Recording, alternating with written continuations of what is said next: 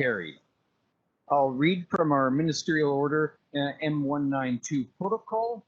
That's pursuant to ministerial order number 192. The District of Squamish is allowing electronic and limited in-person attendance at this September 14 Committee of the Whole meeting. The district is ensuring openness, transparency, accessibility, and accountability at this meeting by the following means. This meeting is being live streamed. A video of this meeting will be available on the district's website for viewing on an on-demand basis. The meeting is open to the public for electronic participation via WebEx and limited in-person attendance in council chambers to observe this council meeting. Now we have first up a staff report, a quarterly financial report.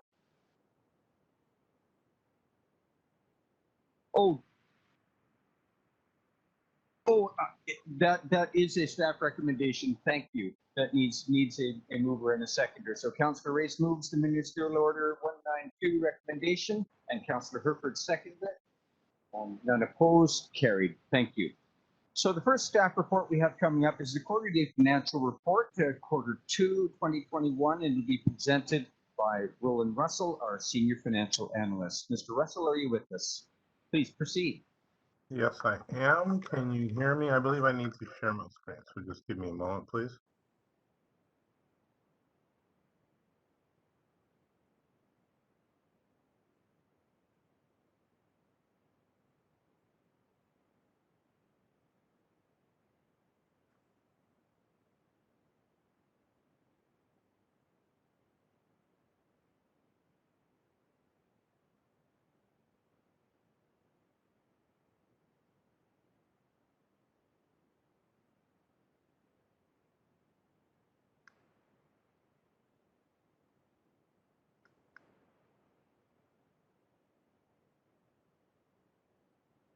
Can you see a presentation now?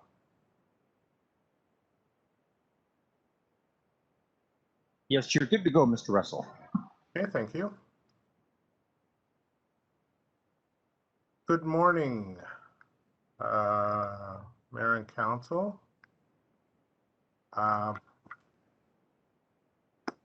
Today we are going to present the second quarter financial report to the Committee of the Whole. I would comment our agenda today is to outline the report structure and objective. We will outline highlight items in the second quarter financial report, and then we will open things up for question and discussion. The quarterly report is made up of 3 key areas: operating financial report, special projects and capital project area. In addition to that, we also have an appendices which outlines the procurements made in the second quarter. The operating financial report is geared to provide you a comparison of our operating results in quarter 2 to last year at this time. Special operating and capital project appendices and are provided to give you a heat map of our projects, tell you approximately where we are and what commentaries provided by the managers. This also allows you, and you will be given an opportunity to question any of the details related to these projects in the question and discussion phase. In addition to that, there is an Appendix 4 in your report, which contains the procurement tender awards. So with no further ado, we'll get to the commentary on the highlights of the first component, the 2021 operating results. For this year, for Q2, the operating revenues and expenses are trending within acceptable ranges. There are some timing differences which we are experiencing, and that will happen in any given year, and those timing differences will even out over the year. But for the utility funds, we are seeing the operating revenues and the expenses trending within acceptable ranges. There's nothing really surprising that's occurring this year, or any trends that we think need to be highlighted specifically for council at this time. So it's pretty much business as usual with respect to both the general fund and the utility funds from an operating standpoint. With respect to the projects, you will see on this slide, it outlines the projects that are started or and in progress. You can see that on special operating projects, there have been some projects that are completed, which is good news, and there's been some projects which have been delayed or canceled, which is less good news. And there's a number of projects that have not started, keeping in mind that this is a report for Q2, so that would be to the end of June. And in a number of instances, those projects were not slated to commence until late summer or fall. Further, with respect to the capital projects, again, you will see some projects have not started. And again, a number of those projects have not been started because they were not slated to occur until later in the year. The vast majority, almost 3/4, are in progress and underway. Some projects have been completed, which is always good news, and a few projects have been required to be delayed or canceled. So that's the summary of the information that I am presenting today. And at this point, I will open the floor for discussion. And I will also stop sharing my screen, because that is more or less the end of my slideshow. Thank you very much. Thank you, Mr. Russell. Any questions at this time, Council? Councillor French. Thanks, Chair. The Sea to Sky electric vehicle network expansion project I see is behind schedule because the funding announcement has been delayed. And I was wondering, is this guaranteed funding, or is it funding that we may not actually get this budget year?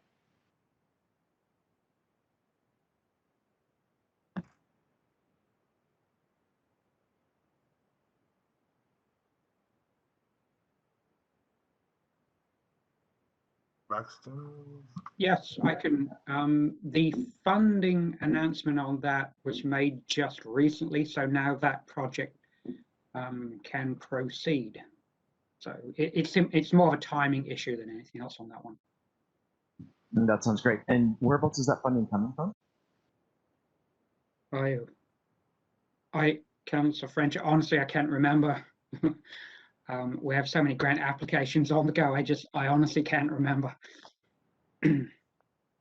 Not exactly vital information. So, and Chair, I have one more. So I see also that the steep slope GPA work is delayed to 2023. Pretty important project in light of the development work in steep slope areas in the next little while. Could this work be completed sooner if impacted landowners provided capacity funding for the project?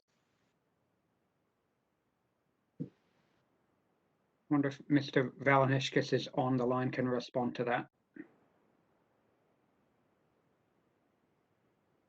Should be here.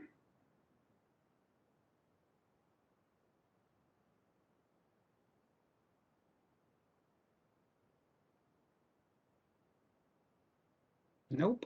Oh, okay. Well, staff has indicated that we could work on that and get an answer later. So I'll stand by. Thank you. Okay. Thanks, Chair. Thank you, Councillor French. Further questions, Council? Mayor Elliott. Mr. Russell, under transportation and transit, it talks about engineering revenue adjustments related to the 2020 year end. Can you just speak to what that adjustment was?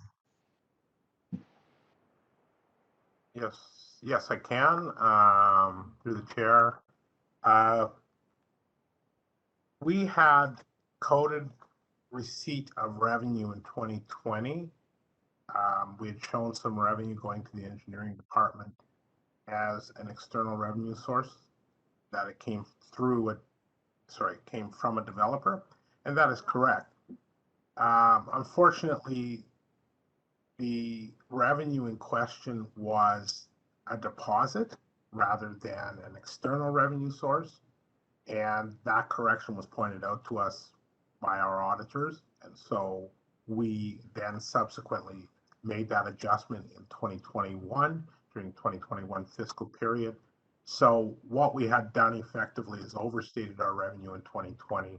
And so we made an adjustment in 2021 to properly restate that revenue. So at the end of, when we add everything up over combined years, we will have the correct balances, but we had revenue too high in the engineering group last year, and this year we've made an adjustment to reflect that. Thank you. We also just in the detail show that we've delayed the purchase of a couple of pickup trucks and to 2022. And I'm wondering if that's because we're waiting for those to be electric models.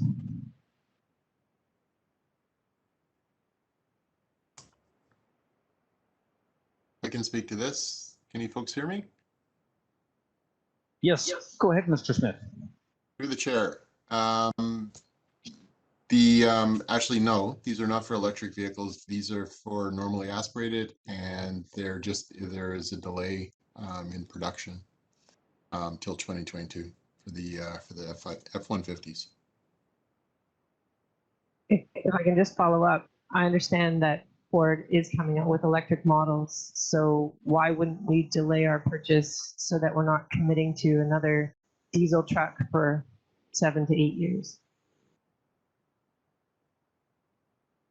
Through the chair, we've been following this closely. I know our fleet team has been on this.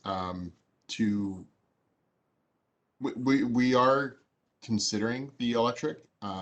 We feel that they're not there just yet with production, and they're oversubscribed. So we certainly could hold off for a bit. We can speak with that with our GM. Our process for now is that this is the technology that we've committed to for 2021, and they're not available until 2022. So we can certainly revisit other options if that's the wish of council. Mr. Smith, are we going to see some sort of plan for the transition of the fleet during this budget process that's coming up? It's challenging through the chair. It's very challenging for us in that the technology is not there yet, and we're struggling a little bit when it gets into the bigger vehicles. The bolts have worked out, although there's a major recall on the bolts. The bolts have worked out very well for us thus far. The F-150s are starting to become available in 2022 is what we're hearing. It's once we go bigger than that, that's where the challenges arise. So that technology is not yet available. So it's a bit of a looking glass right now to anticipate what's going to happen. So we don't have a written in stone plan for the next 10 years because we don't know what's coming. But we're certainly open to everything that we can get.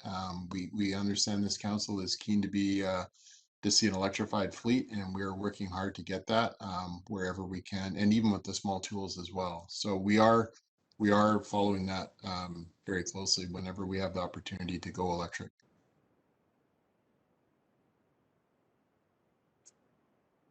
Councillor Pettingill.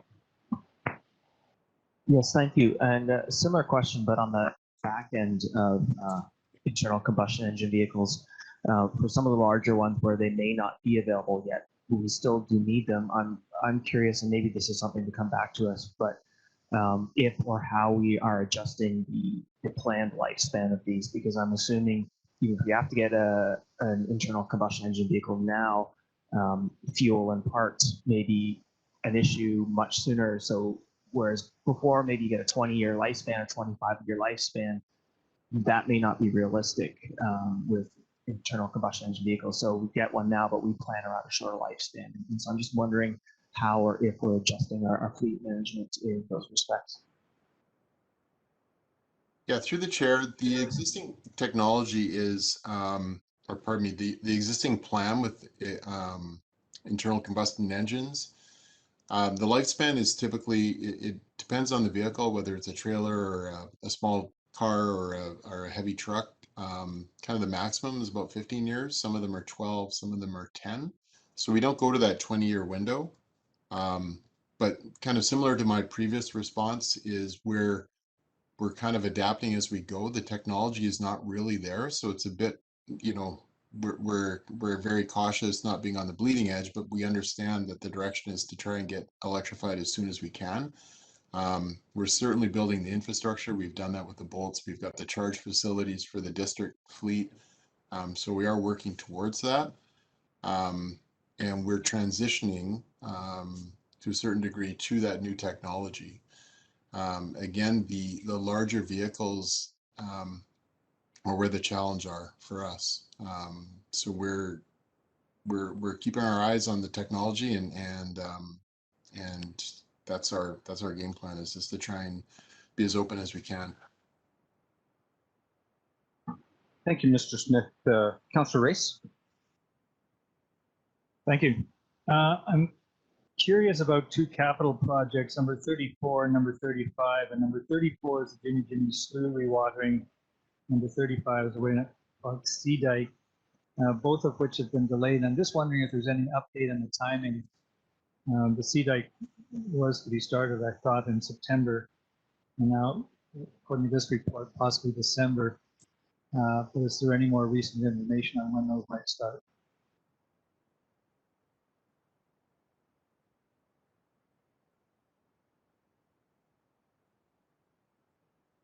I can speak to those. Yes, please proceed, Mr. Wickham. Through the chair, in both cases, the challenge has been, actually, sorry, that's not true. In one case, Buena Park, the challenge has been the permitting process through DFO. We're working with them right now. And the latest update from last week was that things seem to be going well, and we do think it will receive our authorization in time to start this winter.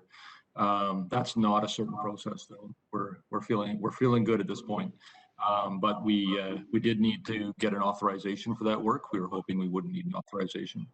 For the Jimmy Judge Slough rewatering project, the holdup there was for the actual box culvert concrete works, and it was just a supply chain issue. So, and that also has implications with DFO, but they were able to be flexible and allow us to shift our working window. So we should actually be able to do the install of that in the winter. Fall we have very high water, and spring we have very high water, but there's actually a nice window in the winter, January, February, that we're hoping to hit if we get our supply chain tuned up as they're currently promising. Thank you, Jerry. Further questions, Council? Councillor Ranks, did you have another question, or I saw your hand?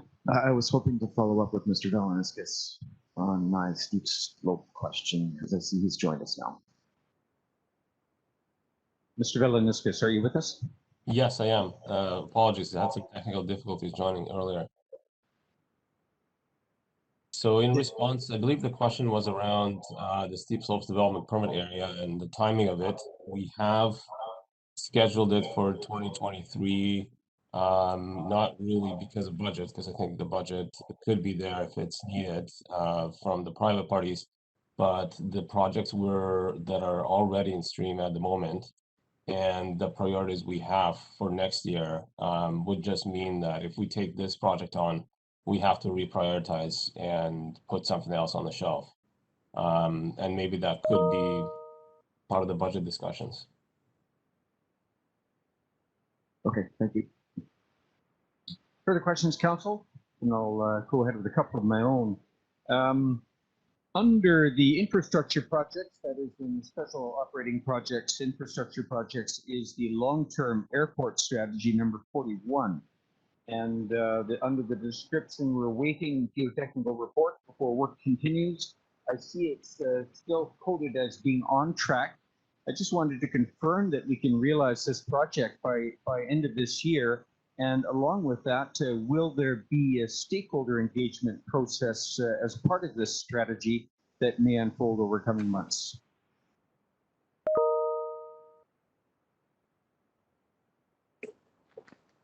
Good morning. Can you hear me, folks?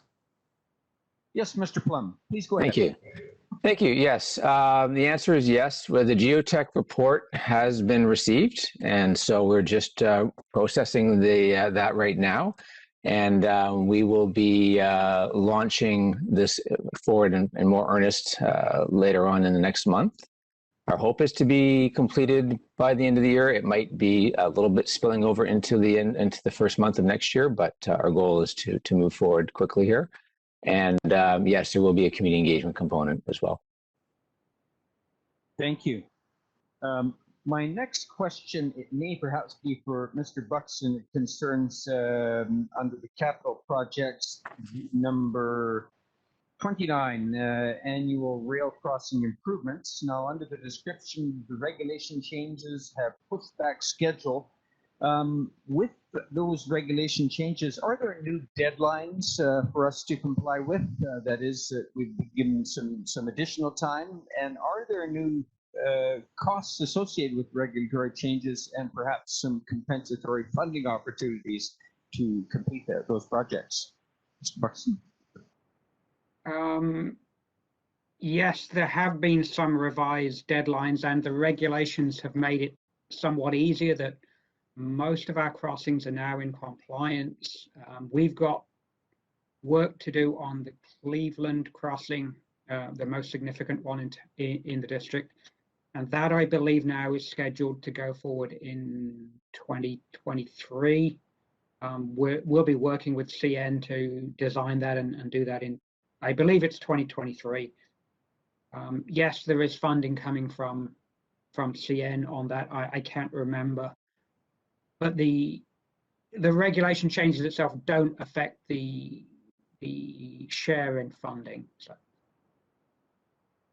Thank you, Mr. Buxton. Any further questions, Council? Then, Mayor Elliott.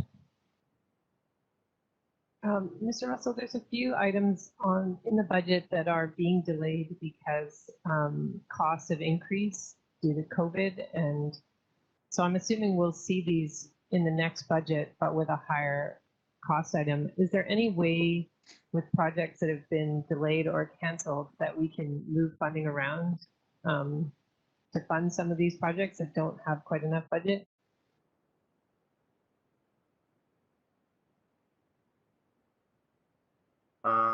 Through the chair, if management deems a project a high enough priority that they choose to reallocate funding from one project to another. So for example, if they believe that a project needs to proceed this year, and regardless of its increase in price, they certainly could do a bit of internal horse trading amongst themselves and commit to moving funding from one project to another. And if they chose to do that, pretty sure they would involve finance in those discussions, and we would bring that forward to council as a recommendation. Where we're seeing projects being delayed due to increased funding associated with COVID, it's all often a combination of things. So it's in and alone, it's not just simply an increase in cost. It's also often a delay in ability to source products. So technology would be a good example. Timber, glass, steel, things like that would be another good example where we're seeing both the prices go up and supply chain concerns delaying our ability to get the products. So in some instances, it's not really a question of being able to move the dollars around. It's probably more a question of needing more money to complete the project, but also maybe not being able to get it completed in a timely manner due to other constraints. So in some instances, there are both. There are also projects where the price increases have been acknowledged, and management has come forward and made recommendations to move funding from one project to another. I believe that we have a project of that sort going on right now at Brenham Park with respect to the exit stairs, where we had redirected funding from another project to complete that one. So yes, we're open to that, but sometimes it's not really an option given the nature of the delays or the nature of the cost increases. I hope that answers your question. Thank you. And just a final question to the chair, to Mr. Wickham. I think council expected that the landfill flare would be lit by now, and I'm just wondering when we can expect that.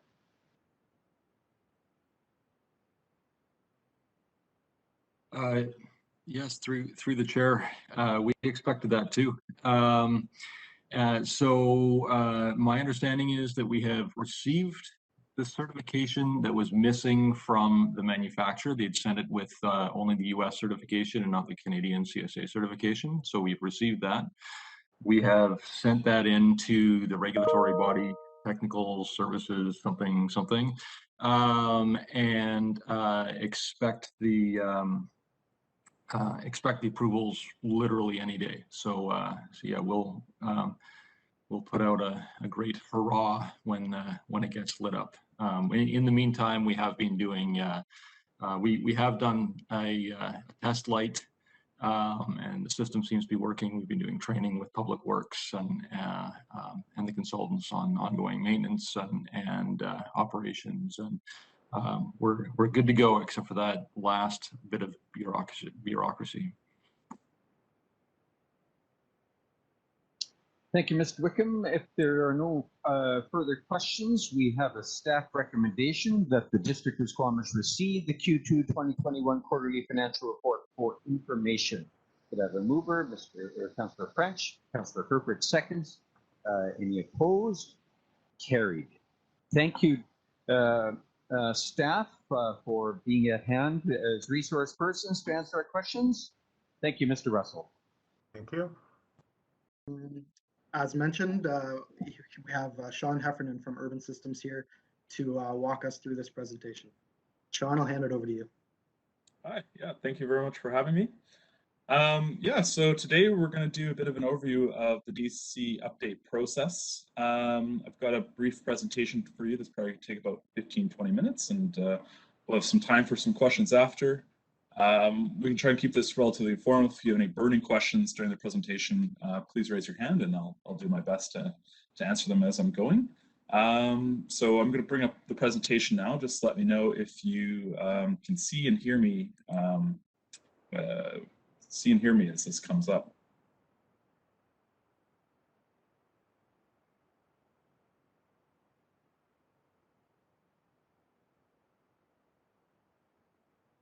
Can everyone see the presentation? Yes, you may need to put it into presentation mode or full screen. Okay.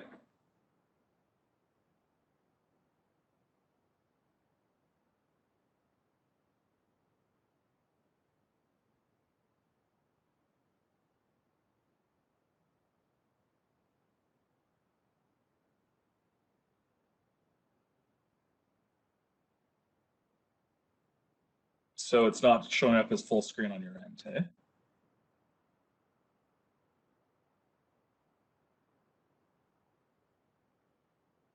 If you hit, when you're in presentation mode, if you hit display settings and hit duplicate screen, that should bring up the presentation in full screen for the audience. Thank you, Ms. Arthurs. Presentation mode, duplicate screen.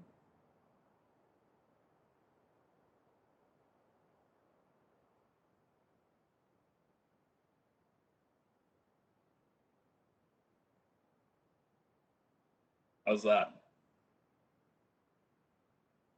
There we go. You're good to go, Mr. Heffernan. Excellent, great.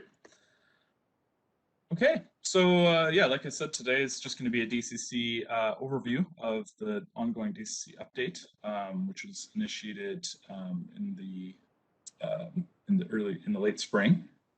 So what we're going to do is provide a bit of an overview of the project background, quick DCC 101, knowing that many on council are familiar with DCCs, but this will just be a quick recap for the DCC process, and it'll also be a chance to kind of just go through kind of the fundamentals of what DCCs are, and then we'll look at the DCC program development, kind of the updates that we're going to be undertaking, and kind of the process for updating the DCC bylaw.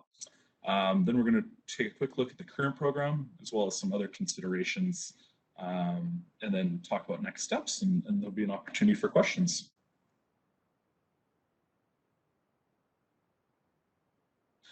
So just a current project background.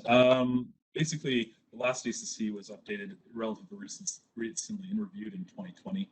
The current program is being phased in over a 3-year period, ending in September 2022.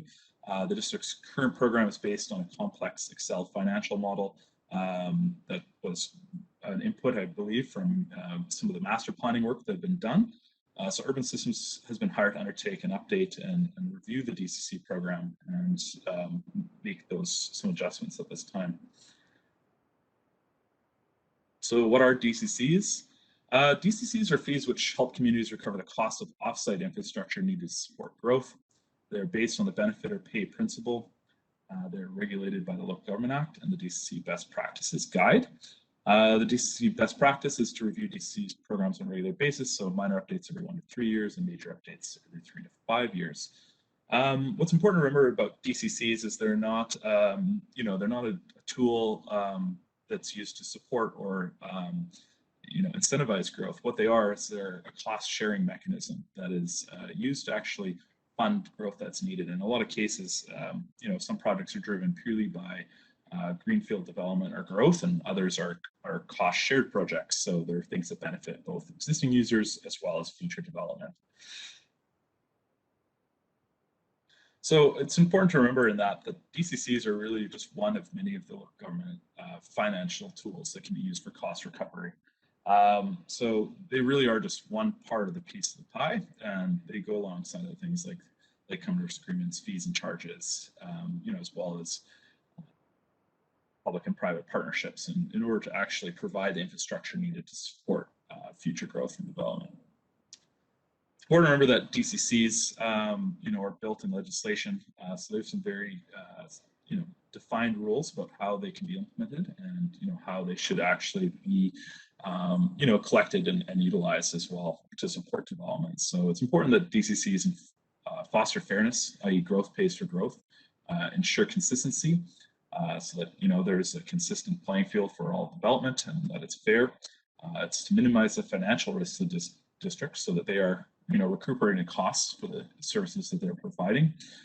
It's ensuring certainty for the development community. So it may sound a bit odd, but in a lot of ways, the certainty of DCCs can be actually a really good thing for the development community. As an alternative, it would be a process where you're negotiating amenities, infrastructure on a case-by-case basis, which can lead to inconsistency and lead to some uncertainty. So DCCs are meant to provide a clear policy framework and certainty. They also promote transparency. It's clear about what's being paid for and how, and ensures the timely processing of development applications so that there is funding available to actually provide the infrastructure as it's required. So DCCs are, again, in legislation, they can pay for a very specific suite of infrastructure products, and they're basically capital upgrades to infrastructure for transportation, water, sewer, and drainage, as well as parkland acquisition and park development costs.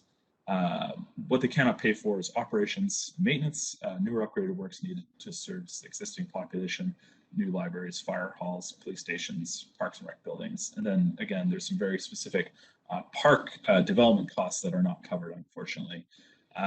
This is different in a lot of other provinces. In Ontario, for example, you can use their equivalent of development cost charges to pay for things like fire halls, but in BC legislation, it's unfortunately very specific to those infrastructure categories. So DCCs are paid at one of two times. In legislation, they allow you to collect development cost charges either at the time of subdivision approval to create single-family development sites, or the time of building permit for the construction of multifamily, commercial, industrial, and institutional development. So within that, we typically recommend that you collect as soon as you know what is being developed. So at the earliest point in time. So in that case, subdivision approval for the creation of single family lots and for building permits to construct multifamily, commercial, industrial units. So you won't know the number of units in a multifamily building until the building permit stage, and same as the square footage for commercial, industrial, and institutional development.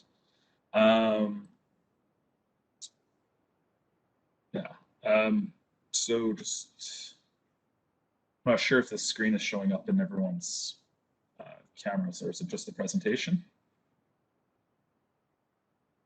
Okay. So DCC program development. So within this, we actually, it's a fairly simple equation that actually results in the DCC. There's more to it, and I'll go into some more detail here, but fundamentally it is looking at the overall program costs, the infrastructure that is required to support growth. We get this information from master planning, the OCP neighborhood plans, as well as staff inputs, divided by the total projected growth. And this again comes from other planning documents, OCPs, growth analysis, and we create projections for the different unit types that we'd be collecting DCCs for. And essentially the cost divided by the number of future units is the overall DCC rate at a very high level. So in developing this rate, there's kind of these components that we're working on right now, which are kind of on the technical side, looking at growth, looking at the total project costs, looking at the overall benefit allocations. From there, and I'll go into kind of each one of these in details in the following slides. And then from there, there's the option for council policy input through the municipal assist factor, and that kind of equals the DCC recoverable costs. So if we think about DCCs, the first three things are just kind of the technical background and inputs. They don't really change. They're based on that analysis and the work done by ourselves and staff at this point in time. And then the assist factor is a council purely policy decision. So for growth projections, we're looking at kind of various plans and reports. We're reviewing kind of the current growth rates, which were done very recently, and just basically updating those, looking on a similar 20-year growth projection horizon. And we're at this point carrying this forward into the new program to determine the future residential, commercial, industrial, and institutional growth projections. We're looking at some of the previous work around the build-out analysis, staff inputs, kind of the ongoing development, subdivision and building applications, as well as some of the number of units and costs that are going into that. So how are DCC projects identified? Projects are based on locations and timing where new development is about to occur and to support that growing population. So where is growth occurring? What is the infrastructure required to support that growth? How much of it is occurring and when? Project lists are being developed. So we've had 2 workshops with staff at this point. So we've kind of reviewed the previous program. We've looked at each of the programs to determine master planning process and identify those that are required. So the benefit allocation is the separation in each project of basically between what part is paid for the existing community, so basically the benefit to existing growth and the benefit to new growth. So it's used to calculate the portion of capital cost towards new development versus existing development. And this is generally lower in communities with or infill development, higher communities, more greenfield development, where you've got more servicing for the greenfield development sites. So just as an example, we've got an existing 150 millimeter water main near the end of its useful life. Future development require an upgrade of 200 millimeters to double the capacity. That would be like a 50-50 benefit allocation. I know in an engineering world, it's a little more, probably not exactly 50-50, but that's an example of an upgrade to an existing facility. So, the replacement of the old water main is paid for by the existing growth because that's where they receive the benefit, and the upgrade is paid for by DCCs. The benefit is to development. So then the municipal assist factor. So I mentioned this, and this is the pure policy decision by council. So within the local government, local governments are required to assist future development. although required through legislation, the actual amount is set by each council and can vary from 1 to 99%. Most communities select a municipal assist factor between 1 and 5%. Assist factors can be different for each infrastructure category, so i.e. transportation, sewer, water. It's recommended that the current municipal assist factor of 1% be carried forward into the DCC program for all those projects. It's typical for communities with high growth to maintain a low assist factor. Any increase in assist factor beyond that must be made up through general revenue. So essentially, increases in assist equal like a developer industry subsidy. So they must be made up through another non-DCC revenue source, taxation, gas tax, etc. So just to quickly outline the process. So again, we've gone through the first few phases here with council, with the staff to look at the growth estimates, the capital costs, equipment units, benefit factors. We'll work with council going forward in future presentations to confirm the municipal assist factor. Again, we're hoping to keep that the same as it is now, but it would be great to hear some input at this point. From there, we'll present the draft DCC rates to council. We have in this an opportunity to do some stakeholder consultation. There will be 3 readings of the bylaw. Remember, the bylaw will be sent to the province for review. Again, everything with the DCCs needs to be approved by the inspector municipalities. The bylaw will then come back for 4th and final reading. So the current program, again, was last updated in 2020 and phased in over 3 years. The final rates are shown here. So you're looking about $18,800 for a single detached lot, low density, and then for apartment, you're looking about $83 per square meter. Commercials at around 111, institutional 90, and industrial just around 80. So during this program update, it will be determined where the deeper review should be undertaken into that. So just quickly go over that the DCCs, there are some exemptions in legislation. So buildings for public worship do not pay DCCs, or no infrastructure is required, or there's no benefit. No DCCs are paid. DCCs for under 50,000, building permits for under 50,000 in value, do not pay DCCs. Council can increase this amount if it wishes. Again, residential units for under 29 square meters in size, again, council can increase this amount. And then units less, for developments less than 4 units, so duplexes, triplexes, council can include these units charged within the DCC bylaw, and it would be our recommendation that they do. There's also the option for DCC waivers and reductions. So in legislation, the Local Government Act allows council to waive DCCs to pay for certain classes of eligible development. So not-for-profit, affordable housing, for-profit affordable rental housing, small lot subdivisions designed to result in greenhouse gas emissions, and development designed to result in low environmental impact. So DCC waivers and reductions can be implemented in a bylaw that's separate from the DCC bylaw. There'd be a recommendation because then it's a council bylaw and doesn't have to be reviewed by the ministry every time they want to make a change. The amount waived must be entirely recovered from existing development, i.e. taxpayers or general revenue. So any waivers or reductions provided, again, have to be made up by non-DCC revenue, similar to municipal assist. So another source. There's also in-stream protection and phase-in of DCC rates. So new DCC rates will become effective at bylaw adoption unless an effective date is set for a later time. Legislation does provide 1-year in-stream protection for new DCC rates beginning from the date of adoption of the new DCC bylaw. The current program is being phased in over a 3-year period finishing in September 2022. Given that in-stream protection is required and the current phasing will be ending next year, it's recommended that the new DCC bylaw not be phased in. So that's kind of already occurred. So next steps, we've got the next staff workshop coming up. We've done the council discussion today. We're going to be updating the project costs, finalizing the DCC financial model. There'll then be an opportunity for community and stakeholder engagement. We'll reach out to the development community and other stakeholders. We'll prepare the draft background report and bylaw. We're going to provide another council presentation, prepare the bylaws for adoption. So yeah, sorry for the delay at the beginning there, but yeah, there's hopefully some opportunity now for any questions or comments from council. So we're going through and let me know if you want me to go back at any time, and I can go back and Thank you, Mr. Heffernan.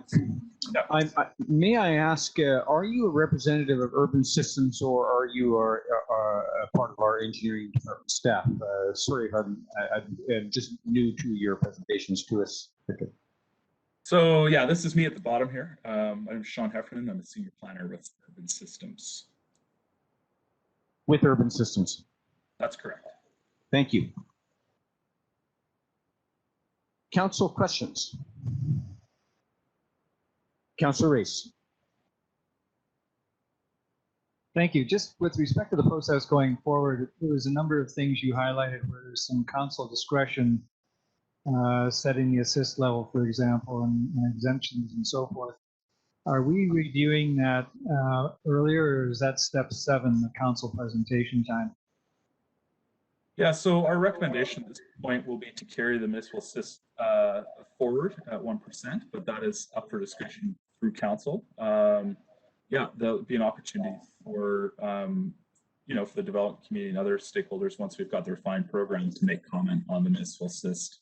You know, obviously, we're recommending the 1% be carried forward because, you know, increasing that again would have to come from non-DCC revenue sources, so it would be an additional cost to the district to increase that. And again, it'd be paid for through taxation or tax or another source.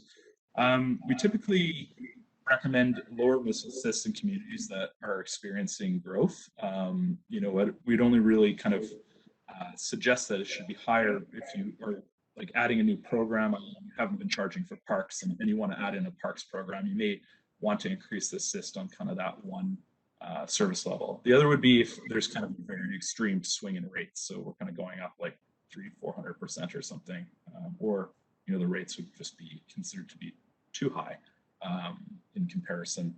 And that's why it is a discretionary tool by council. And I guess the other scenario too would be, you know, if you're introducing a new program, like you've never had DCCs before, you might want to kind of start with a higher missile assist to kind of help with the impact of the new charge.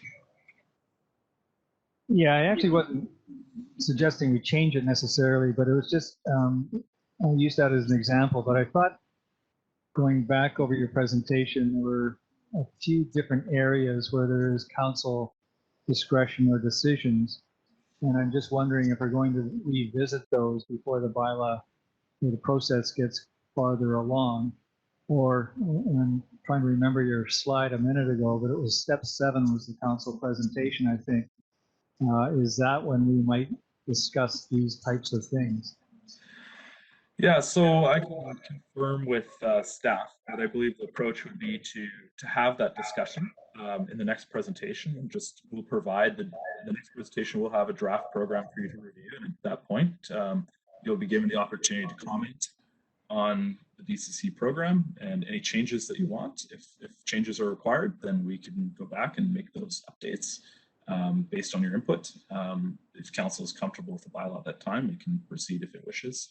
So yeah, there'll be that opportunity for council to review the program, understand kind of the elements of it, the final rates and everything will be provided at that time, and you'll be able to make the comments at that point. And again, it's, you know, the discussion will revolve around that municipal assist and the future rates and any considerations that council may have too. And again, there's that point for waivers and reductions as well, so that can be discussed at that time also. And that again should be done as a separate policy, but you know, that can be something that we discuss further down the road as well. Thank you. Thank you, Chair. Thank you, Mr. Heffernan. Councillor French? In the next step slides, there are no timelines associated and no timeline information, and I'm wondering if there are timelines, or is that yet to be determined? Yeah, so the intent is to have the DCC back in front of council by the end of the year. So this will be taking place, to just kind of maybe provide some high-level timelines to my slide above. Oh, I lost my presentation here.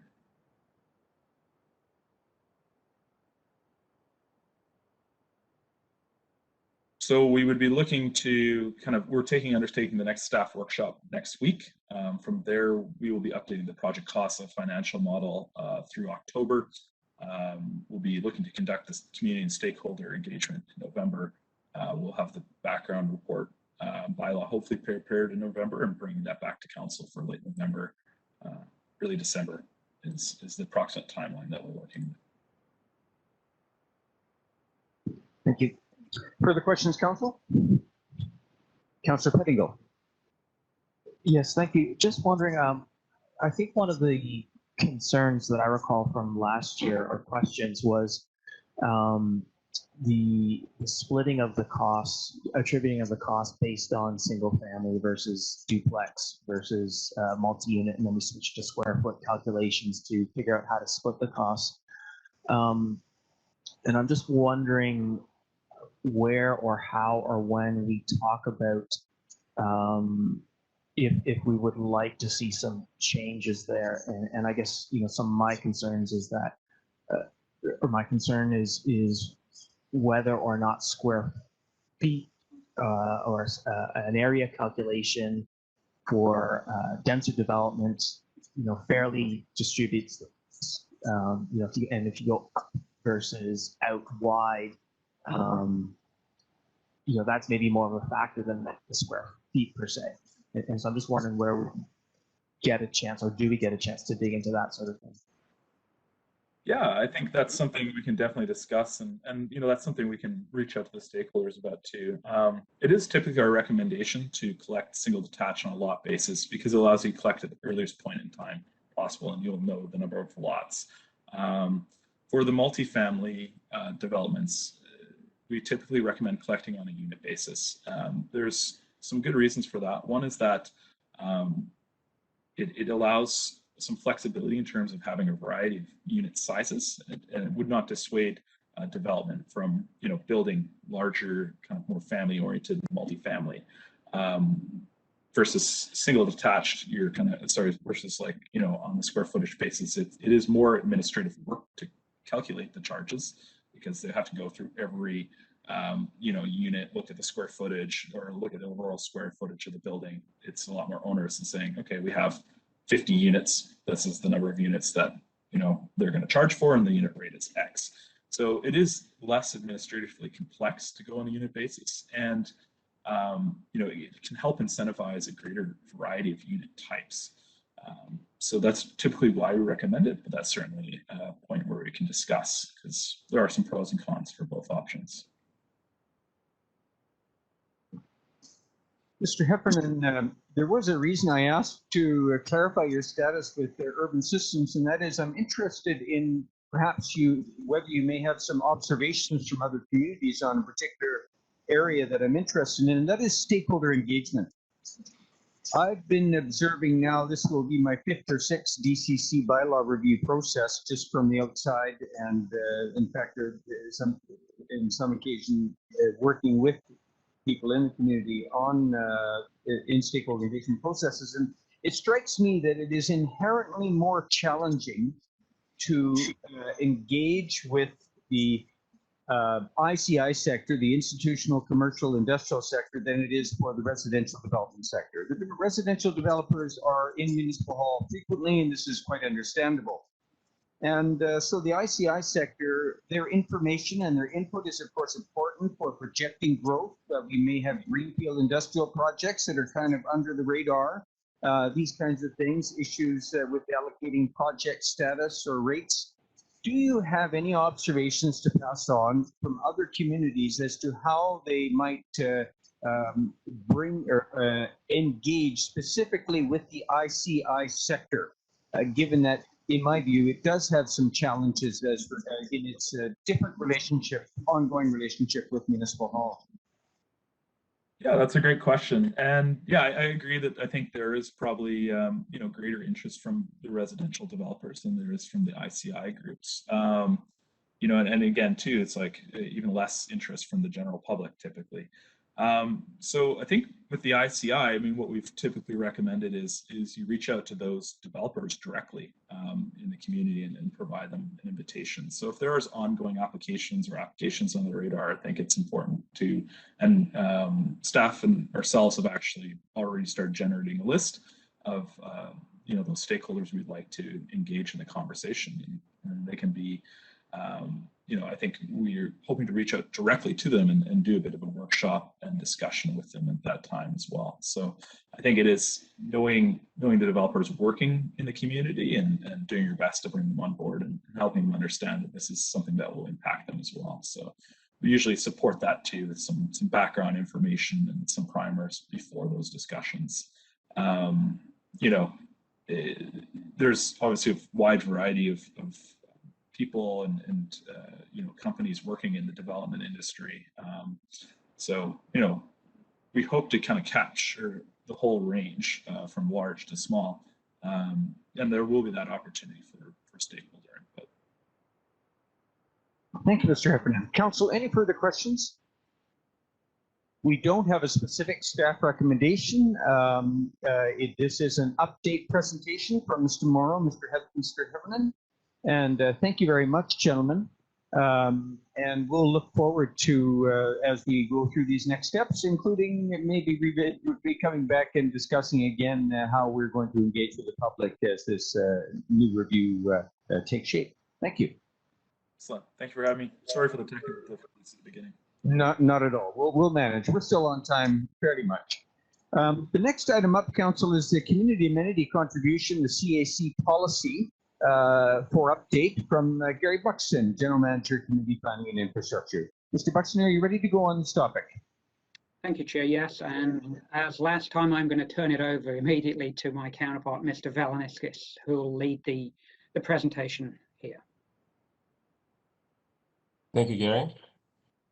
I'm just waiting to be able to share my screen. Oh, looks like we've got it.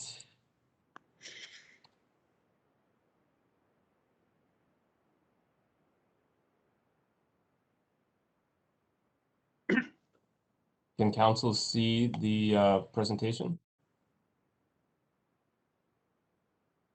Not quite yet, Mr. Valaniskis. Yeah, let me try this again.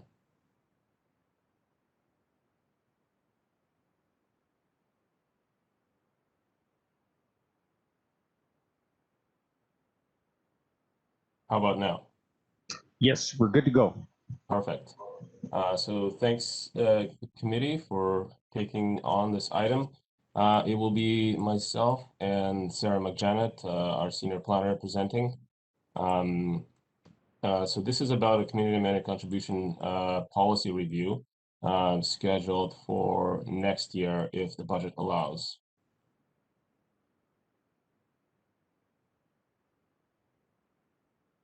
Oh, there's a bit of a lag.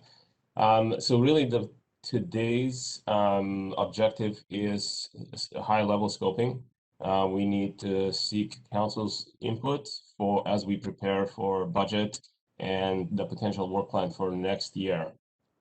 The two main issues that we've identified through discussions with council in the past on the various developments and the application of the current policy, so the two main items that we suggest should be the focus of this review would be the affordable housing contributions and childcare.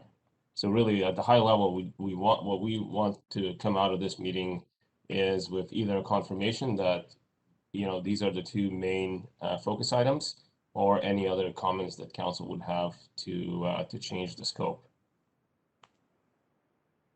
Just a little bit of background. The current policy started in 2016. It began as an interim policy, and then the formal policy was endorsed in 2018, which is what we are working with today. The intent of this policy is to review it every few years. We are experiencing high growth scenarios in Squamish, and things are changing rapidly. So the more frequent the policy review, the better we can keep up with the changing development trends, as well as the community needs as we identify them. To date, as part of this policy, we have secured $1.7 million in cash in lieu for affordable housing. We've secured 201 affordable housing units. 5.5 million in critical amenities, and that 5.5 million would also include active transportation and park cash and lieu contributions, as well as some childcare cash and lieu, 43,000, and then in-kind space creation. So there have been a number of developments that have committed to create space as part of their CC package. Plus 2 dedicated affordable housing units for childcare employees. So that's just an overview of where the policy has generated in developments. That doesn't mean that we have the units on the ground or that the money is with the district. These are commitments that are past the public hearing and are either at, we've already entered into a land development agreement, or the land development agreement is being currently negotiated. So it's fairly secure, and it all depends on whether development goes ahead or not. Some of these units, like the affordable housing units, are already under construction, and some of these funds are as well also with the district by this time. So that's an overview. For scope of the next review for next year, the overall policy focus, as suggested by staff, would be to continue with this flexible approach. So right now, our policy has a number of options that are applicable depending on the type of development and the size of development. We also have this critical amenities fund, which currently receives most of the cash contributions, and with that, the district has quite a bit of flexibility in deciding where the money should go, whether it's affordable housing or other projects that don't have another funding source. Part of the view, we propose to use a land economist. Again, it's been a while since we started the CC policy process in 2016, and as we tweak the policy, it would be critical to have a land economist review it and provide us with a up-to-date understanding of where the development costs and the land costs are in Squamish, and make sure that the policy we come up with is fair for development and also ensures that the district is getting its fair share. So in terms of specific review areas that we propose to focus on is revisiting the current 10% on-site affordable housing target. The regional growth strategy has 15% as a regional goal. So we would like to explore with the land economists increasing that target. Revisiting active transportation and parks amenity target. So this is something that has a minor contribution as part of our current policy.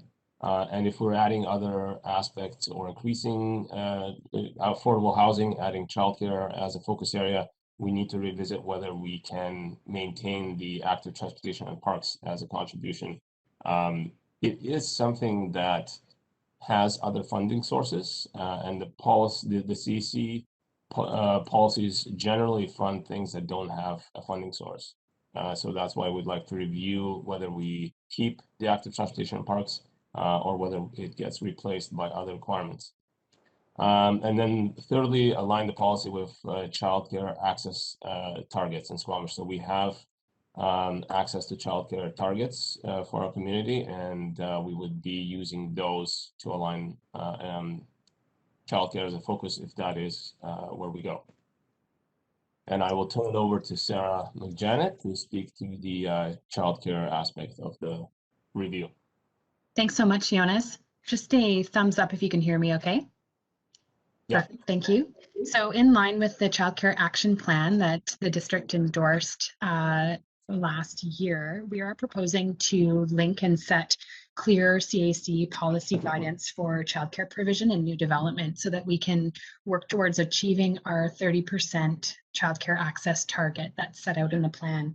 So we will be proposing continued focus on securing in-kind space creation as a critical amenity in line with demonstrated needs in the community, and then trying to also codify the direction to link childcare spaces with affordable housing units and mixed use projects where units might be dedicated for early childhood education staff, which is very much the housing piece is still very much a crux challenge in the community. We also know that it's important that we clearly identify the project types and areas for prioritized childcare inclusion and co-location, as well as setting out those age group priorities so that there's clarity for the development community on what we're looking for. We also would like to support delivery of quality, licensable, and affordable space. So we're wanting to craft companion policy for childcare space design, as well as set those expectations for tenancy, affordability of space, and leasing. And in certain situations, we may still want to look for some cash in lieu at the discretion of council. And so we'd like to examine this as well in policy work. Next slide, please, Jonas. There is a lot of really great policy and practice to draw from BC leading communities. And I've just shown some examples here of the types of policy pieces that we're looking to bring before council and the community. So these are things like clarifying that in-kind contribution is to include everything from construction, furnishing, and fit out, including the equipment that's required for initial occupancy of these childcare spaces. And then technical guidance around size, location, and design to the district satisfaction for quality spaces. And these, in many communities, this goes beyond what the province requires and as a minimum to ensure that we have sufficient space that meets licensing requirements. And also we would like to provide additional guidance around the affordability of space, equitable access, and how those spaces are secured under legal agreements for long-term use and availability, as if these were city-owned facilities. And also considering things like option to purchase and lease, and to provide guidance for childcare operator selection and providing opportunity for local ECE retention and attraction. And then also things like guidance around mortgage and refinancing restrictions for these in-kind CAC facilities, just to ensure that there's that long-term security of space over time. So those are just some examples of the types of pieces that we'd like to bring to the CAC policy work. Thanks, Sarah. So in terms of next steps, we need to still go through the budget process for 2022. Once that is completed, and if we're successful, the project charter and the work plan and the engagement program would be developed, and then we would proceed with requesting some third-party assistance with the land and economy side of things. And that's it.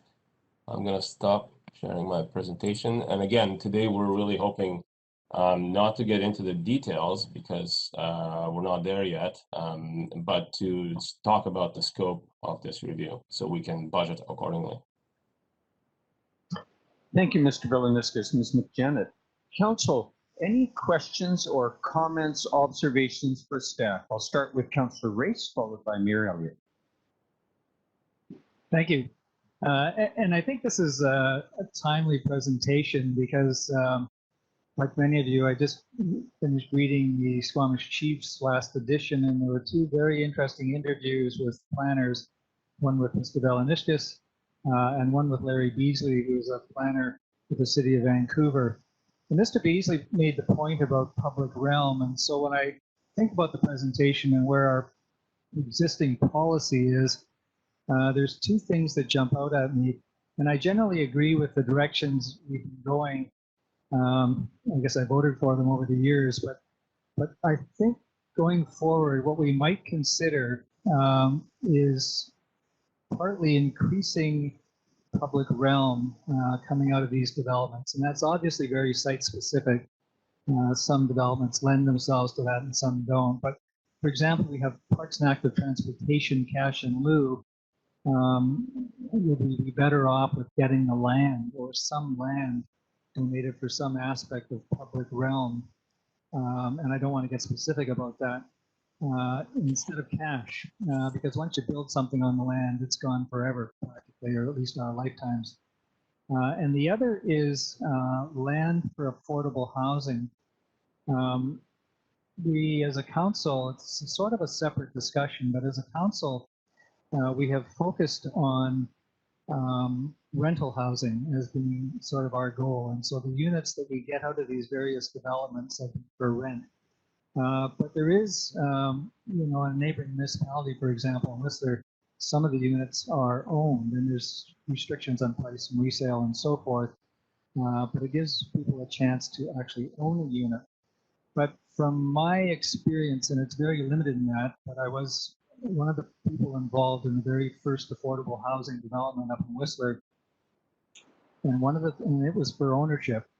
And one of the things we did in that proposal and that rezoning was we donated about 6 or 7 acres of land to the resort municipality for use, which subsequently became, I believe, entirely owned affordable housing, controlled resales and so forth. So not every development obviously can provide that, but we might think particularly with some of the larger ones, if we get to the point in our affordable housing program that we want to consider ownership as well as just rental, then I think it would be a lot easier if we had the land to deal with that rather than try and go out and create the land to put those types of units on. So those are just the two things that kind of come to mind in a review. There's a bit of a philosophy about it. I mean, in some cases it means, in a multifamily development, spreading the units out a little bit more, which can have other planning impacts, of course, but just to create more public realm between them. So I'll leave that for staff to consider and maybe a future council discussion. Thank you. Thank you, Councillor Race. Mayor Elliott. Thank you. One of the things, just in terms of scoping, that I think that we're missing is cementing the larger units as affordable. So we're seeing a lot of studio apartments and one-bedroom apartments that are designated affordable, but we're not seeing the more family-oriented suites or families just starting out, like 2 or 3 bedroom suites. I think we absolutely should increase our percentage of affordable housing from 10 to 15 to align it with the SLRD. But I also wonder about, I agree with Councillor Race, how do we actually get land to feed into our housing authority? And then how do we achieve, and maybe that is through the housing authority eventually, but I think we need more rent geared to income rather than just a percentage of the market rate, because I think our market rate is just going to keep going up, and that doesn't necessarily make it more affordable for people whose wages aren't keeping up to that increase. So trying to figure out how we move towards more rent geared to income housing. And it could be this policy, but if we're bringing this policy back without it, it's still helpful for council to know where we would achieve that goal in another piece of policy going forward. Childcare, I think this one's really difficult. I am interested in how we keep the rents low. I'm also want to make sure that any space we're building is going to be for people who will be participating in the universal child care program. Hopefully that makes it through the federal election. So that the spaces that we're building are actually the ones that are going to offer $10 a day daycare. So I think whatever ownership model or rent controls we put on those childcare spaces, that has to be aligned with that bigger picture in my mind.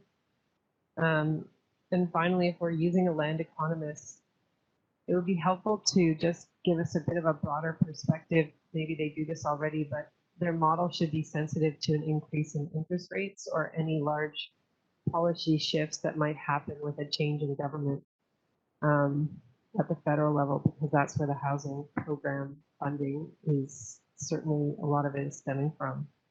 So I just kind of want to future-proof this model a little bit so we understand how rising interest rates might affect our CAC policy and how developers can or cannot afford the level that we're requesting.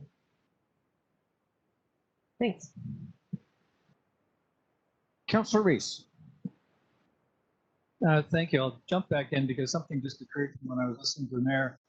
One of the things that we can consider, and it's a broader conversation, but is having these childcare spaces, which are certainly needed, form of amenity, and transfer the ownership to the district. Because there is this ongoing concern about how do you make sure that they do cater to our community, do meet the needs of, in some cases, nonprofits, and so forth, to actually conduct the child care service. And so it's a little bit off topic and maybe a bigger conversation, but you know, if we expand our housing policy, affordable housing policy, to include affordable daycare, which is not strictly speaking housing, but it's certainly associated with it, and try and manage it under the same umbrella, then we want to get control of those units in some fashion. And so we might consider that as part of the amenity for the development. Once again, that's obviously a site-specific consideration, but we might consider expanding the scope of that and our affordable housing policy. Mayor Elliott. I'm playing off of Councillor Race now. But one other piece I forgot to mention in considering the CAC policy is how we move units into our housing governance structure that's being developed. So right now the developers are keeping units and drawing income off of them, and we actually need units within our affordable housing model into that governance group, whatever it's going to look like, so that they can start to be funded and have the revenue they need to survive. So just figuring out how we might do that through the CAC policy would be helpful.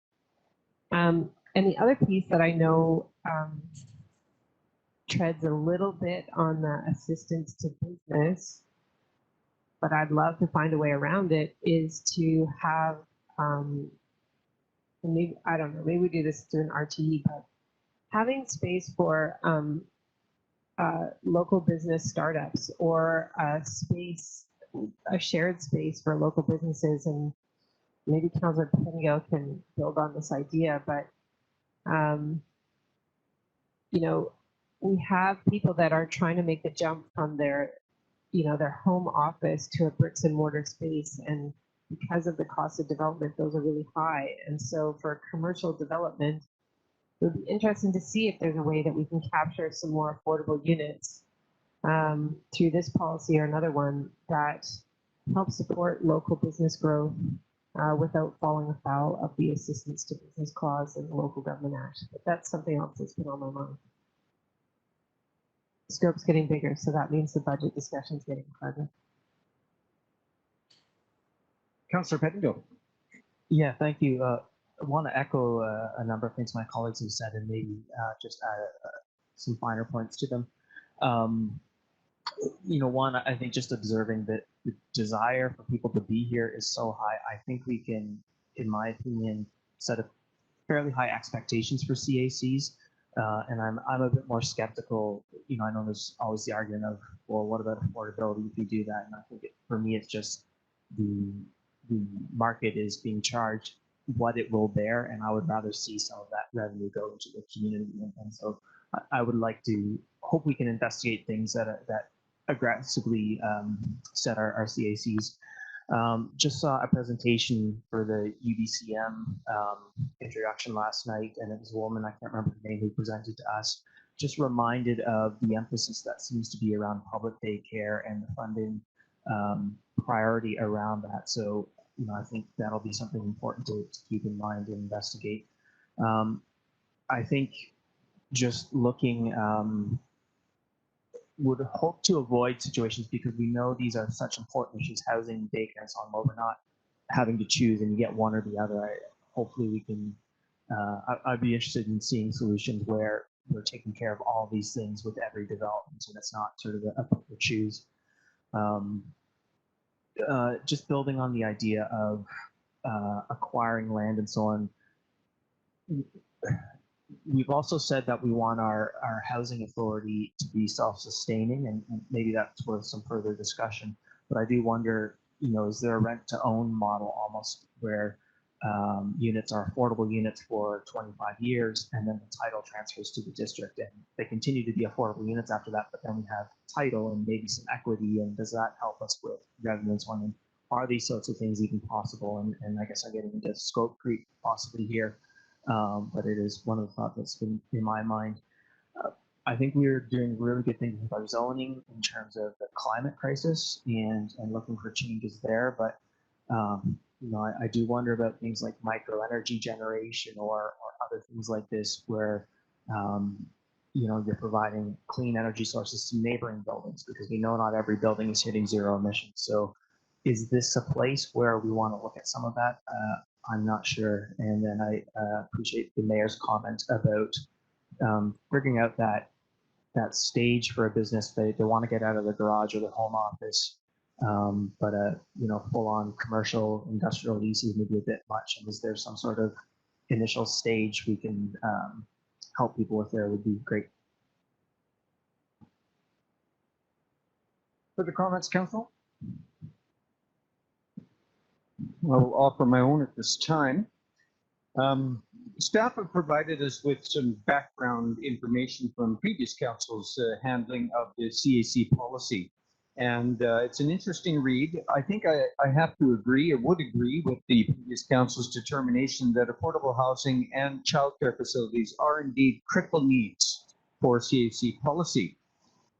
But frankly, we are in local government picking up the slack left or not being pulled by senior government in both these areas.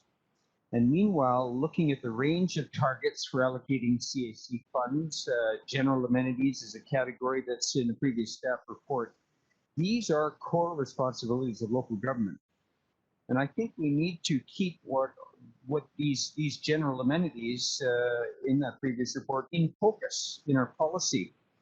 And in looking down the list of those general amenities that is outside of affordable housing and childcare facilities, we have fire hall, recreation, on-site amenities, neighborhood amenities, parks and open space, active transportation, public art, community facilities. There's big contrasts within that list. We have a parks and recreation master plan, but we have a facilities master plan for a fire hall. We have a paving program. We have an active transportation program, but they're in pretty detail. But for some of these others, we don't have that kind of master plan background. Now, I'll just quote from the 2018 report concerning affordable housing. The district has no clear program or project base for affordable housing, as the critical facility project list is not yet clearly costed. Well, we've done some work on that, but we have other amenities that we have not done such work on. They're of a different nature. We need to do, I think, some policy and inventory, more detailed inventory and target setting work in some of these other categories. The Parks and Recreation Master Plan, when it was done back in 2012, that was version 2, there was not a deliberate intent to focus on producing a plan for use in a CAC policy, but perhaps there might be next time. And perhaps we are doing other work according to our council's strategic plan and inventorying our use of parks and doing more detailed work. But then we have the arts, cultural, and heritage area. And we have now a strategy in place, but that strategy, which relates to several potential amenities we might consider in a CAC policy, has set a timeline of from this year 6 to 9 years ahead. That's from 6 to 9 years from now, we are going to start on setting targets for cultural facilities. To my mind, we need to think about that and see that maybe we need that information sooner so that we can apply it in the community amenity contribution policy. And as I was saying earlier, keep these public realms, to quote Councillor Race, recreation and cultural items clearly in focus and in balance for the purposes of a CAC policy. So in summary, what I'm suggesting is that maybe we need to look at the policy work, the inventory and the target setting, the master plan work more evenly among these amenities and targets for a CAC policy to help us. And that's a general comment, Mr. Veliniskas. But as I look at some of the opportunities and needs, recreation, culture, public realm, perhaps we need to do a little bit more policy work to prepare ourselves. Thank you. Further questions or comments, Council? We do have a bit of time.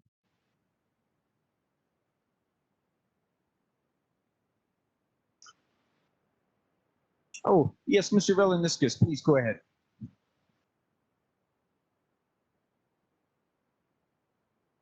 You're on mute.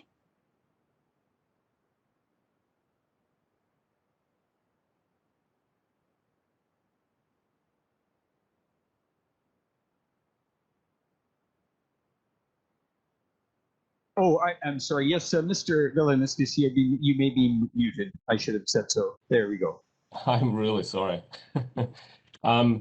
If there are no more council comments, maybe I can just respond to a few things we've heard.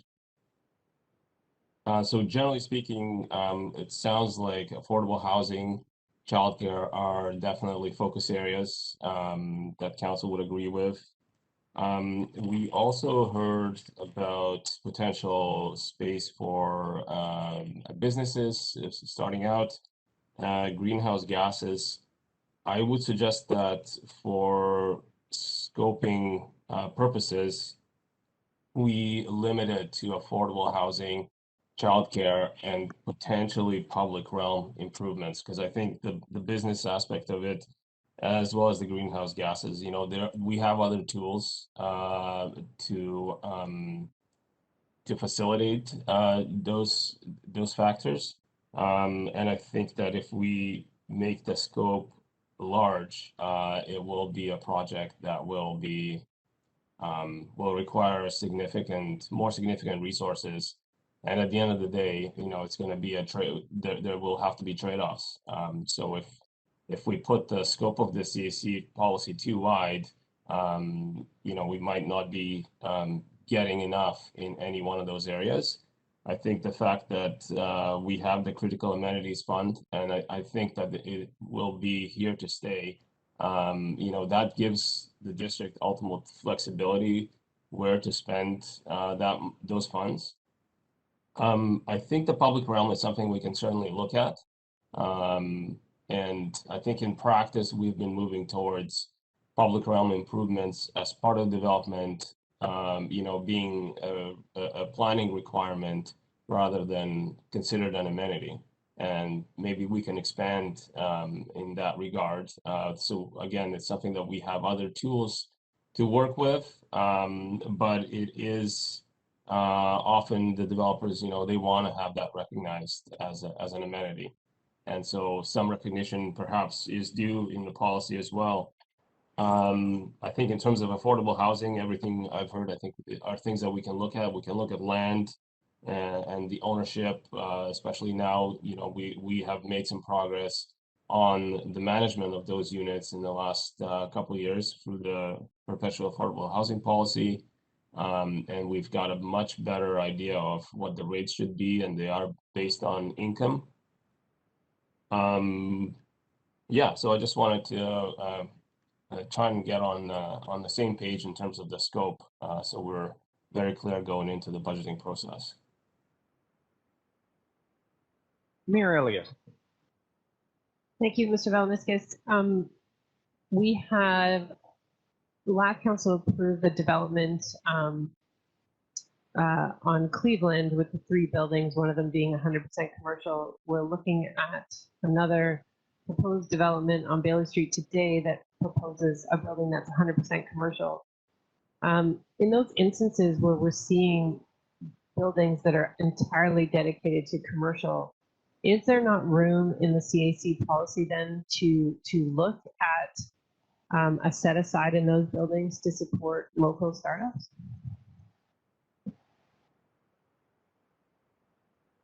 I think that that could be a condition of rezoning rather than a community amenity contribution. Right now, our community amenity contributions are based solely on residential development. You know, so it only looks at the residential development that is proposed as part of the development. And the reason is because we've, you know, in recent history, have been trying to facilitate this production of employment space.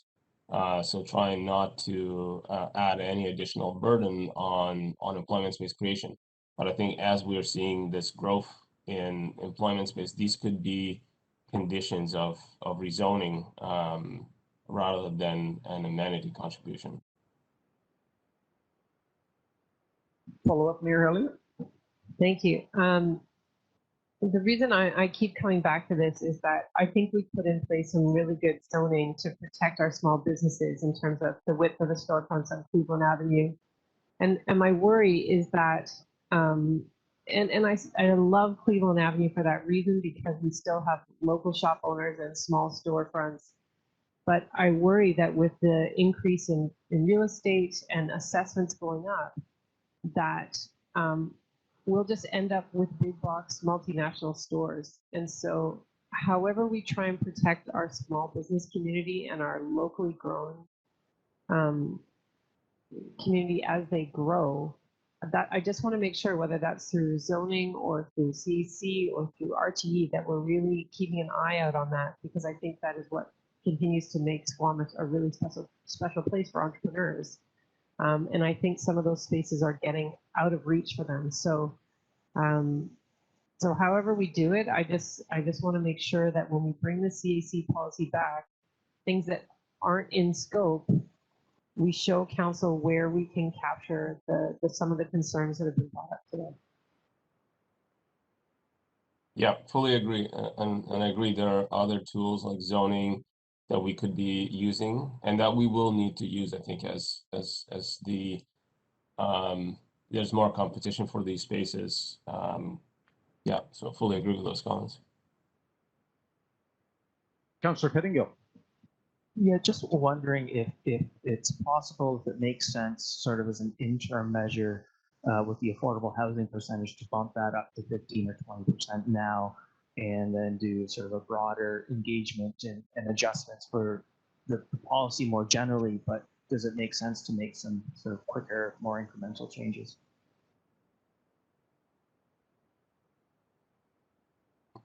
I see Gary. Yeah, I don't think we're at the point that we would recommend that council make a change of that nature today without having some thought as to the possible implications. And that's the whole point of having the land economist on board, to know, you know, if we push this thing too high, if we ask for too much, I mean, 10, 15% of zero is still zero. So 15% may be the right number, but I would be cautious in recommending the council do that with no review of the potential implications just right now.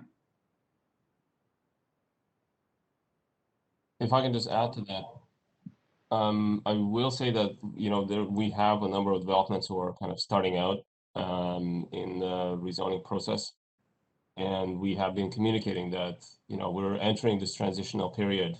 So when it comes to affordable housing, we're encouraging them to, you know, reevaluate their proposal and make sure they're putting the best foot forward on the amount of units they're proposing. Further questions, council? Comments? This is an update report from staff. Staff have heard the general feedback from council. I wonder if I may ask, or if you could just remind us, Mr. Buxton, Mr. Belaniscus, Ms. McJanet, your timeline from here, your schedule from here in taking next steps. Yeah, so I think I had a slide there. Let me just pull that back up. But it all starts with the budget. You know, we'll be getting ready for the project, and then once and if the budget is confirmed, you know, we'll be reaching out for those third-party services and initiating the project. So it's a next year project. Thank you. Thank you very much for the presentation. We'll, Council, I suggest we could take a recess at this time, and when we come back, we'll be with a presentation on the Village on Bailey Street project.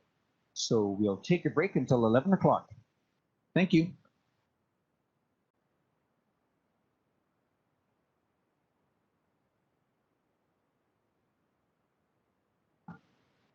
We'll call the meeting back to order.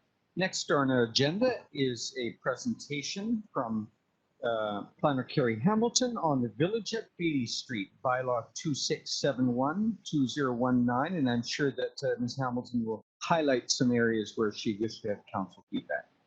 Please go ahead. All right, good afternoon, everyone. Can you hear me okay? Yes, you're good. Wonderful, thanks. Just gonna share the presentation.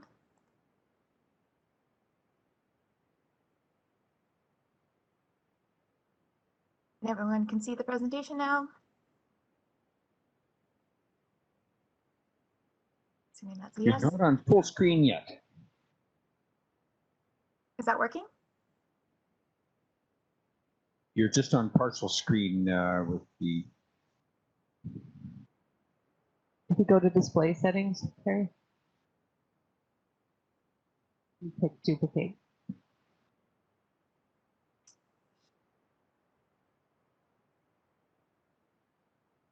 Does that work?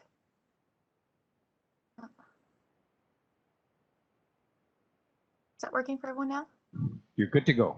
Awesome. All right, good afternoon, Chair, Mayor, and Council. My name is Carrie Hamilton. I'm a planner for the District of Squamish. And Lord Prinsick from Engineering is also on the line today to answer any of your questions. I'll be presenting to you today a rezoning application for 1331, 1251, and a portion of 1100 Bailey Street and 38261 Cleveland Avenue, collectively called the Village on Bailey Street.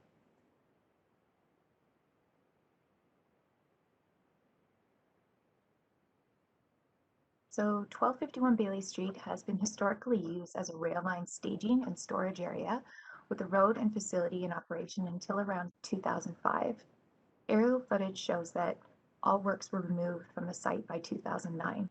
Portions of 1331 Bailey Street have been historically road accesses and are still used today as pedestrian cycling connections through the site.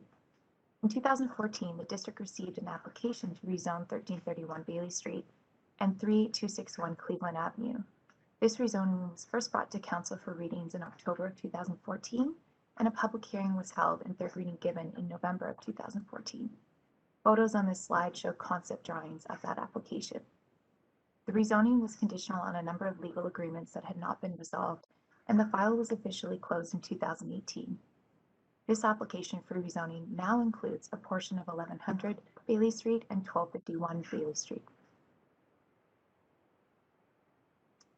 Subject site is located in downtown Squamish and is divided into two land uses, Downtown Gateway and Downtown Residential in the official community plan, as seen divided by the blue line on this image.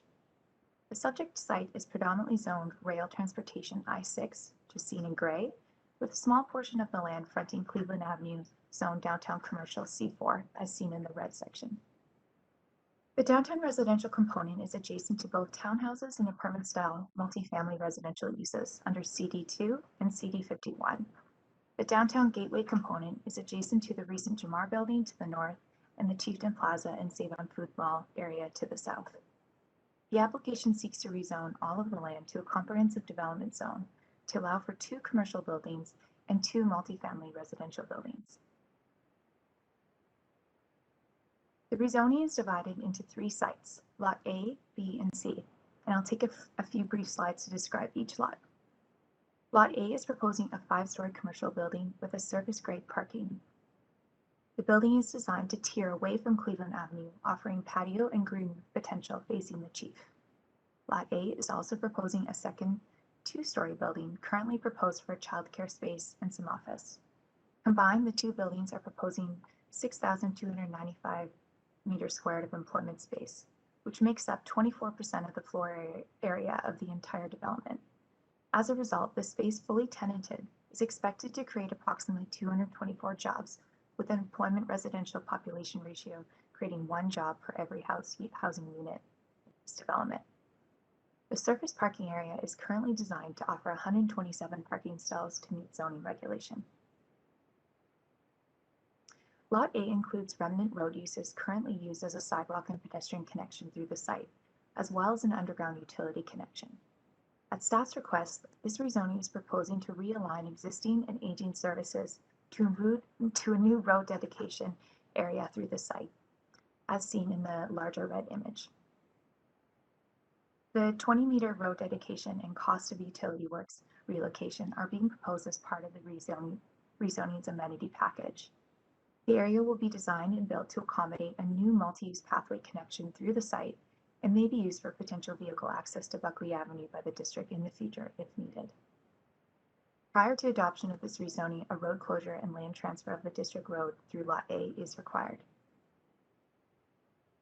Lot B is proposing a 5-story multi-family residential building with both common and private underground garage space. The building offers a mix of residential units with 3-story townhouse fronting Bailey Street, 2-story townhouses fronting a rear courtyard, and both 1- and 2-story apartments. Lot B is outside of the downtown parking area and has to meet a higher parking stall standard per bedroom type than the rest of downtown. As an example, 2 stalls are required per 3 bedrooms and 1.75 stalls per 2 bedrooms, whereas downtown these bedroom types would only require 1 stall. Lot B is proposing to exceed this regulation by providing 2 stalls for both 2- and 3-bedroom units. They are also proposing to provide the required 23 visitor stalls for a total of 207 stalls, 50% of which are proposed to be EV charging stalls. Lot C proposes a 5-story multifamily residential building consisting of a ground floor continuous parkade area and 4 separate 4-story buildings with a mix of 1- and 2-bedroom units and studios. The building is currently proposing to meet all parking regulations with the exception of visitor stalls. Lot C will likely require some significant design changes due to rail proximity challenges discussed later in this presentation. It is the applicant's objective to meet the visitor parking requirement in this future design. Lot C also has a drainage ditch to fish-bearing waters located at the west side of the lot and a number of mature trees. Staff have requested the applicant retain a portion of the ditch and the surrounding mature trees. As part of the rezoning's consideration, the application includes some viewscape images and a solar study. The viewscapes provided demonstrate some impact to existing views at street ends, and the solar study shows impact to proposed common area space as well as surrounding public space. Staff has suggested that development massing consider surrounding neighborhood context and public area viewscapes, and that more viewscapes be considered as part of this application. Staff is seeking council's direction on development massing as it relates to key viewscapes and shading. The north side shoulder of Bailey Street is currently being used as an unregulated parking area. The gravel area appears to accommodate 120 parked cars from 3rd Avenue west to the end of Bailey Street. The laws of this parking is the #1 common public concern with the development per initial consultation. As part of this development's requirement, Bailey Street will be completed on the north side by this development, and as a result, will convert this parking area into a rain garden and multi-use pathway. Parking will still be accommodated on street. However, the transition from perpendicular parking alignment to parallel parking alignment will reduce the amount of available stalls to 30. The applicant is open to exploring a residential evening paid monthly parking system on Lot A.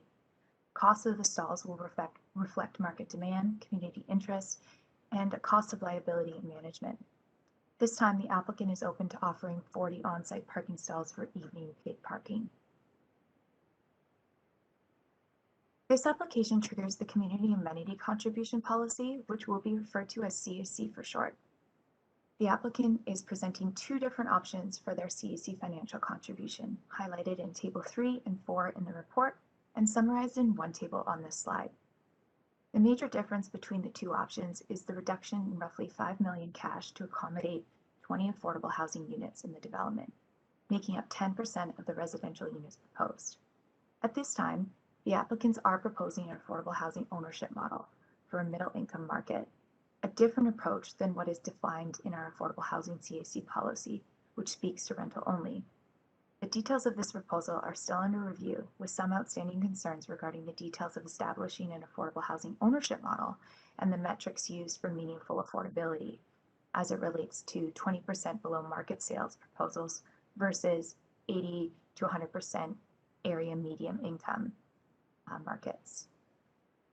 The application is proposing to use the active transportation amount for new multi-use pathways on site, and more details about the affordable housing proposal can be found in the applicant's CAC package in attachment 3. Both staff and the applicant are seeking feedback as to council's preference for CAC options. In addition to the CAC amenities, other additional amenities are also summarized on this table. They include the 20-meter land dedication and cost of the utility relocation, new active transportation infrastructure, and 40 shared parking stalls, sustainability considerations, which include increased EV charging stalls and exploration of net zero emission systems, and an on-site childcare facility that at this time is still under review, but includes a mix of age groups, including infants, and may also include the option for a third story, where dedicated childcare staff housing could be accommodated. The proposal does not include the need for a nonprofit facility to address childcare affordability. More details about these amenities can be found again in the applicant's CAC package in attachment 3. A few other important comments to make about this development are related to rail line proximity, environment ditches, and traffic. The proposed design has been reviewed by the Canadian National Rail Line in accordance with their new development design guidelines. The design currently does not fully meet design guidelines, and a professional has been hired for the development to provide further direction and comment to address CN's comments. Some of CN comments include a 15-meter residential building setback with the addition of a berm and fence on site. Currently, Lot A has not been designed to accommodate this request, which may affect parking capacity and design. Encroachment into the setback is allowed per the guideline for a parking garage. However, this is designed for Lot B and requires the construction of a 2-story crash wall. The outdoor space proposed in Lot B on the 2nd story is not supported to encroach into this 15-meter setback, which may reduce the outdoor amenity space proposed on this site. An encroachment for both parking and residences is proposed for Lot C, and technically is an allowed design as seen in the image on the slide. However, CN has informed the district that residential encroachment designs tend to be harder to achieve the noise and vibration standards, which are also required as part of these guidelines, and as a result, it is expected that Lot C's design will have to be redesigned. Given the site's industrial history, more in-depth contaminated site investigations are required to determine remediation needs, and several invasive species are present on the site, including knotweed. So a draft invasive species report is required at this stage. In addition, there are 3 significant trees in the southwest corner of Lot C that environment reports have proposed to preserve. A tree retention and protection plan is being asked for both the west corner of Lot C and the northeast corner of Lot A, highlighted in these purple circles, to see where other mature vegetation and buffering can be preserved within the development. Mature tree retention could also be explored in the road dedication area or between lots if building setbacks are increased. There are 2 ditches located on site, a portion, and you can kind of see those in the yellow and pink areas. A portion of ditch 1 is proposed to be retained in connection to the mature trees and vegetation in the far west side of Lot C. Ditch 2 and a majority of ditch 1 is being proposed for infill and compensation, with a total riparian loss total of 4,048 meters squared and only 42 meters squared of compensation area proposed on the site. The rest of the compensation is proposed for off-site. The district received a transportation impact assessment, we'll call that a TIA for short, in 2019. The report needs updating based on results of the downtown entrance study and district traffic needs that have evolved since. Key considerations of this report include intersection upgrades to Cleveland and Bailey Street to include a dedicated left turn receiving lane on Cleveland for northbound Bailey to Cleveland traffic, upgrades to both sides of the east section of Bailey Street, and this includes upgrades to the Save-On entrance to address sightline concerns at that intersection. Alignment of development vehicle entrances with existing Eagle Wind and Park House development entrances, and this is to reduce conflict and promote vehicle turning safety. Bailey Street be reviewed for pedestrian safety in general and pedestrian access, including possible need for signalized crosswalks. And the TIA also needs to consider the potential future road connection from 3rd to Buckley to understand the nature of the future intersection configuration at 3rd and Bailey and how that interacts with the proposed accesses to the subject properties. So this development touches on 2 council strategic priorities, the planet and environment through Step 3 commercial and Step 4 residential of the BC Energy Step Code, which helps reduce carbon emissions by substantially reducing the amount of heating necessary as compared to Step 2 or lower buildings, and by the use of some green roofs, retaining some existing ditches, creating rain gardens, and the exploration of net zero. The economy and local jobs is the other one, and this is through 2 commercial buildings, including a 5-story 100% employment building to offer a diversity of employment opportunities in the downtown in comparison to what we see in the typical ground floor and 2nd-story only employment space designs. This is also intended to create a potential of 224 jobs. So there are 12 district policies pertinent to this project that are being met, and they include policy that supports childcare amenities, employment space, green infrastructure, transit-supported land use, active transportation expansion, pedestrian-oriented development, a mix of land uses, prioritization of infill development of underutilized commercial lands, and potential increase in affordable housing supply. There are 3 district policies pertinent to this project that are not being met and include construction of purpose-built rental housing over market supply, new institution uses in the downtown Squamish as it potentially relates to childcare, and preserve, connect, and enhance natural areas, open space, and outdoor recreation. The application was posted to the district's development showcase, and a development sign was posted on the site. 42 comments have been received so far. I think it says 43 on that slide. Apologies. Public information meeting and has been attached to this report for your initial consideration.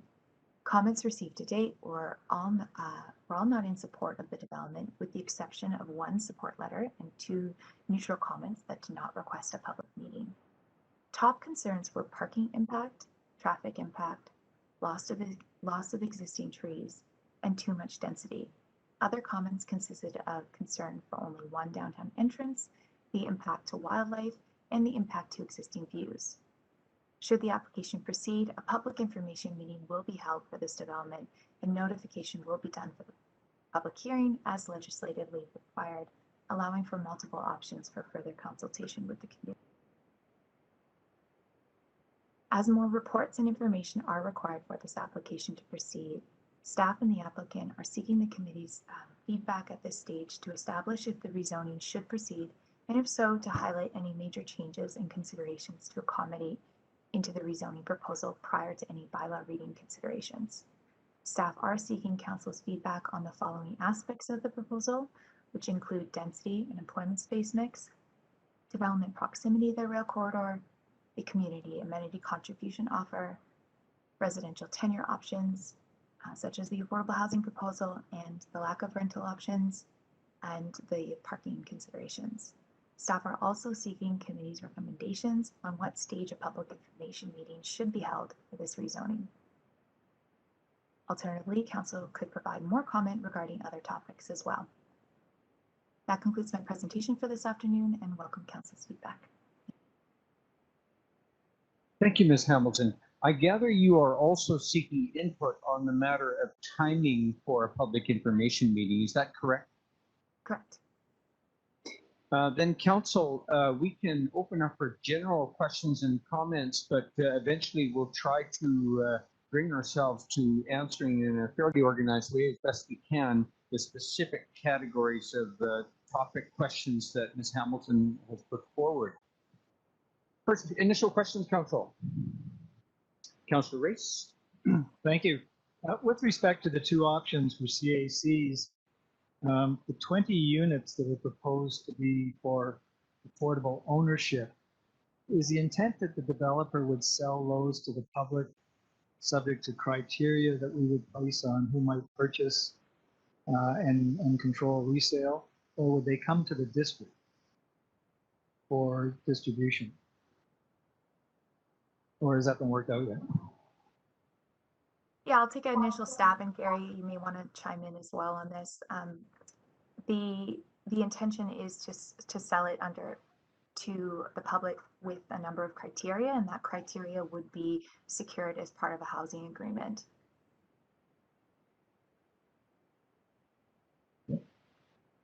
I'll stop there. I'm going to have more questions, but I'll stop there. Thank you, Chair.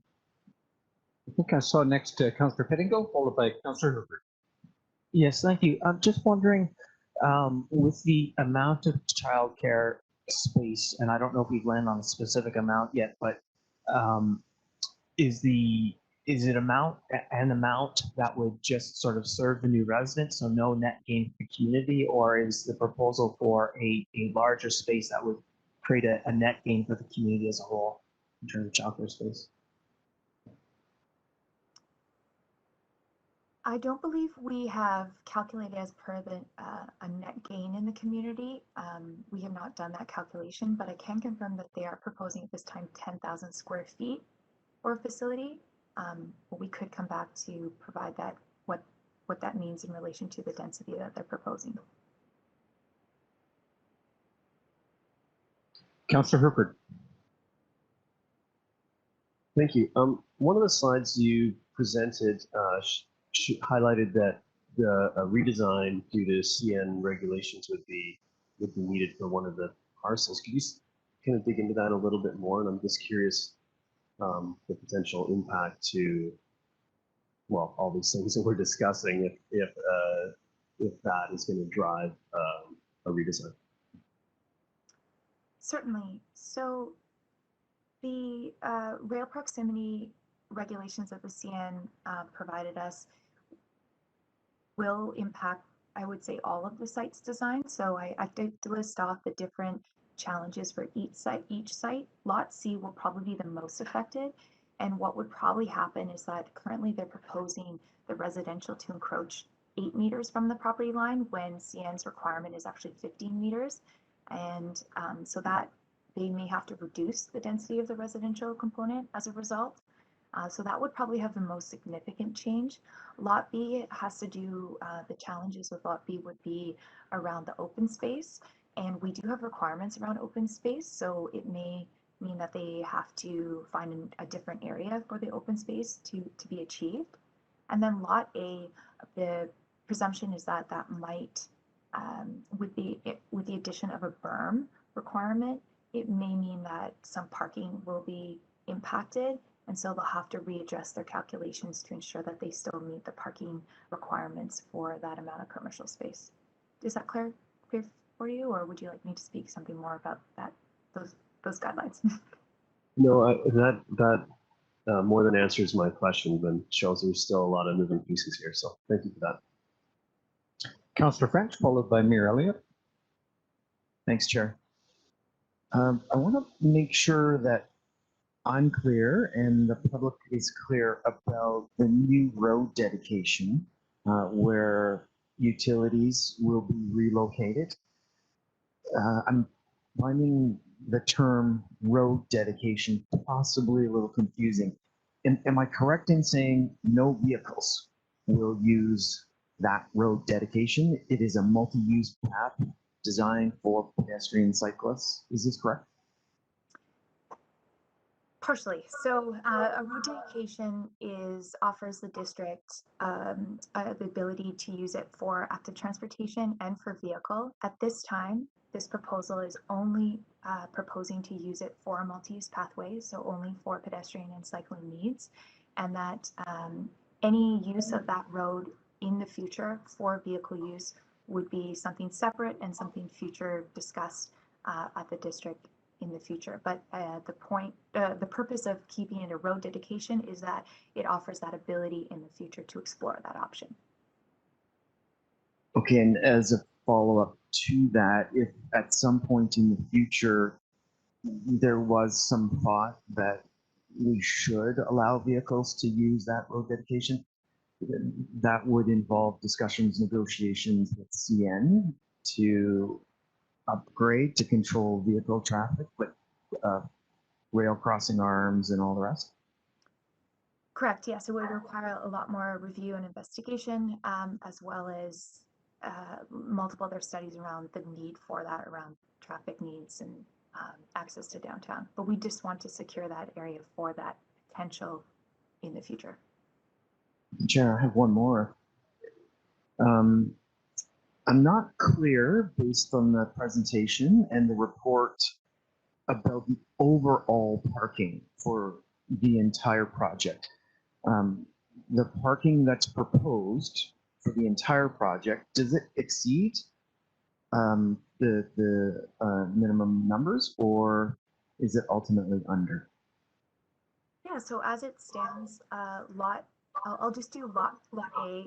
I'll break them up. So lot A exceeds their parking by 1 stall at this moment. Lot B exceeds their parking requirements as well, I believe by 9 stalls.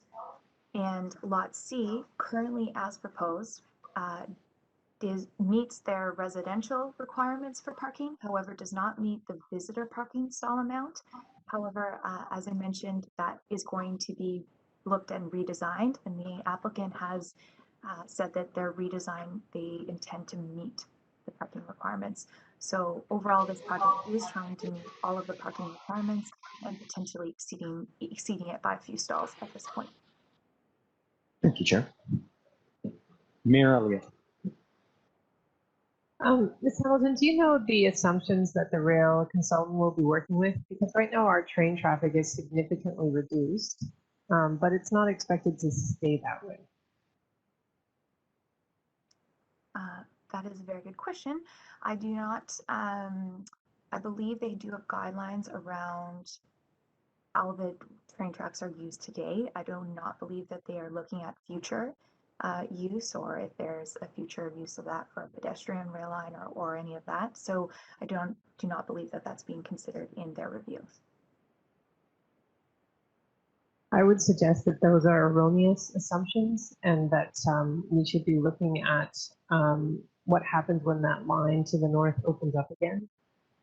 I've had indications from CN that they are in discussions with customers about rail expansion once again, and so I think it's incumbent upon us to understand what that might look like in the coming years and not base it on the curtailment of that line in the short term.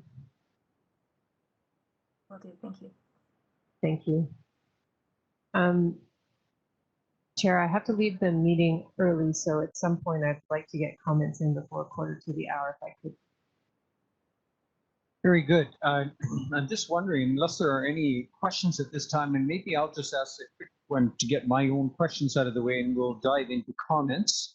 And it should be fairly straightforward, my question, and it concerns the timing of a downtown entrance study, or of course it's already ongoing, but for considering the timing of a public information meeting, issues around the safety, congestion, and infrastructure design that we are examining in the downtown entrance study, these issues are going to be very topical for a public information meeting relating to this development specifically. So I'm just wondering about, and perhaps Mr. Buxton or others can advise, might we be premature? Might we, the public, we need to give the opportunity for, inform the public properly about what is taking place within that downtown entrance study. Anyway, I feel that would be important for timing of a public information meeting and for further engagement with the public about this project, given all those intersection questions. So if you could answer that, perhaps Mr. Buxton, Ms. Hamilton, what is the respective timing here? What are we looking at for going to the public with our downtown entrance study information? Over to you, Mr. Buxton, if you don't mind. So back to the chair. I don't know that we have a timeline for when the downtown entrance study is coming back. If that's council's direction, that A must must proceed B in terms of the downtown entrance study, that information needs to be available, then we'll go back and look at that and review how and when we can bring that forward to council. Thank you, Mr. Buxton. It's clear from the comments. I don't want to delay this with no end or no timeline, but I'd need to talk to the consultants about when we can bring that information forward. Thank you. I'm just reflecting on a lot of the comments we've received thus far on this project do relate to issues that are being addressed or in that downtown entrance study. Now, I see Mr. Councillor Pettingill's hand. Do you have a question specific, Councillor Pettingill? Please go ahead. Yes, thank you. I'm just, you know, I understand in terms of train noise and so on, we can put a covenant on title or to make sure people are aware of that. Can we do something similar around parking?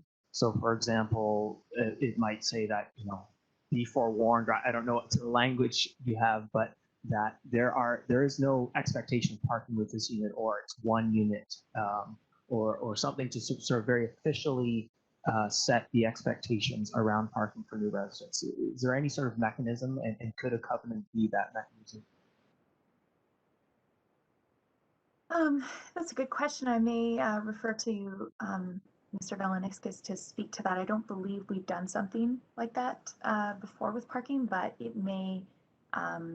We are certainly going to be exploring a parking covenant to secure the Lot A shared parking ability, and so it is something that potentially we can do if needed. Jonas?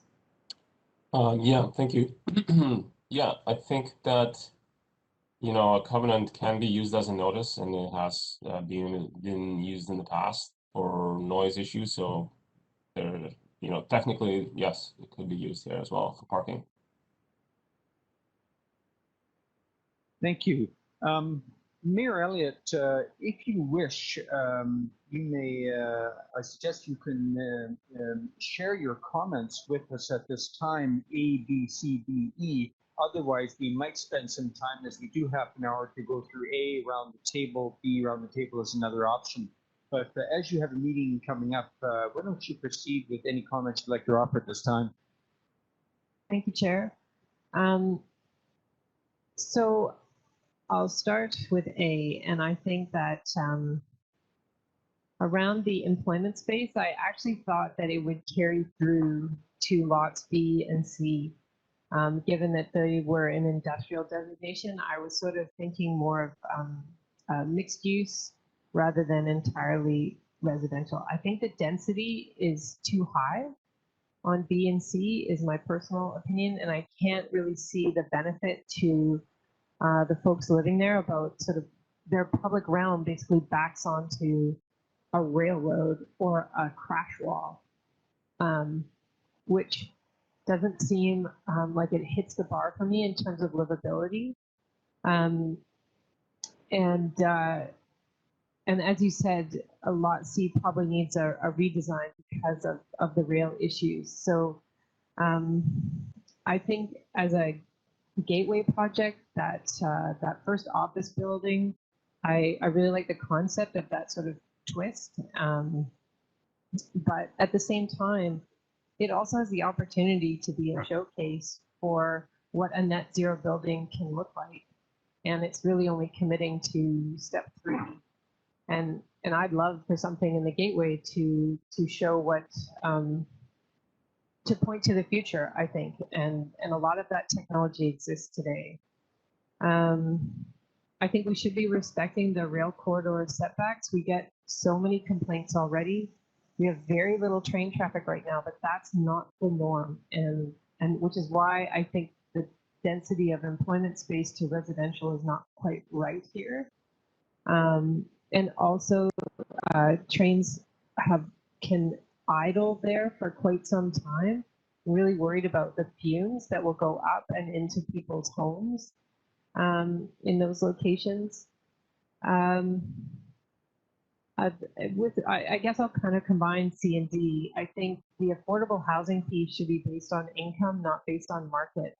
That really concerns me because I believe our market prices will continue to rise, which doesn't make things affordable in the long term for people with lower incomes. So I do believe they should be good to income, not market.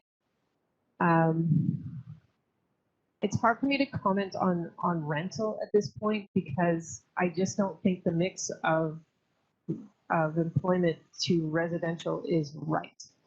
But I think council has always been looking for a broad range of housing types. Generally, we've included purpose-built rental in large rezonings. So, so I realize I'm saying at the same time less dense in terms of residential, but if there's room for other forms of housing, I wouldn't say no to that, including rental. I think the Eagle Wind parking situation is a lesson to be learned from the past that we've tried to correct with the last couple of councils, is making sure there's sufficient parking on site for people. So I think this proposal does a good job of trying to address that for the new development. Just obviously, I think that's going to be the concern we hear from the community because people in Eagle Wind can't park in their own development. So I appreciate the offer to provide the evening parking spots in Lot A as a sort of olive branch. I think Lot C should be a better transition towards the estuary, so more open space, more benefit to the community as a whole, rather than housing all the way down through there.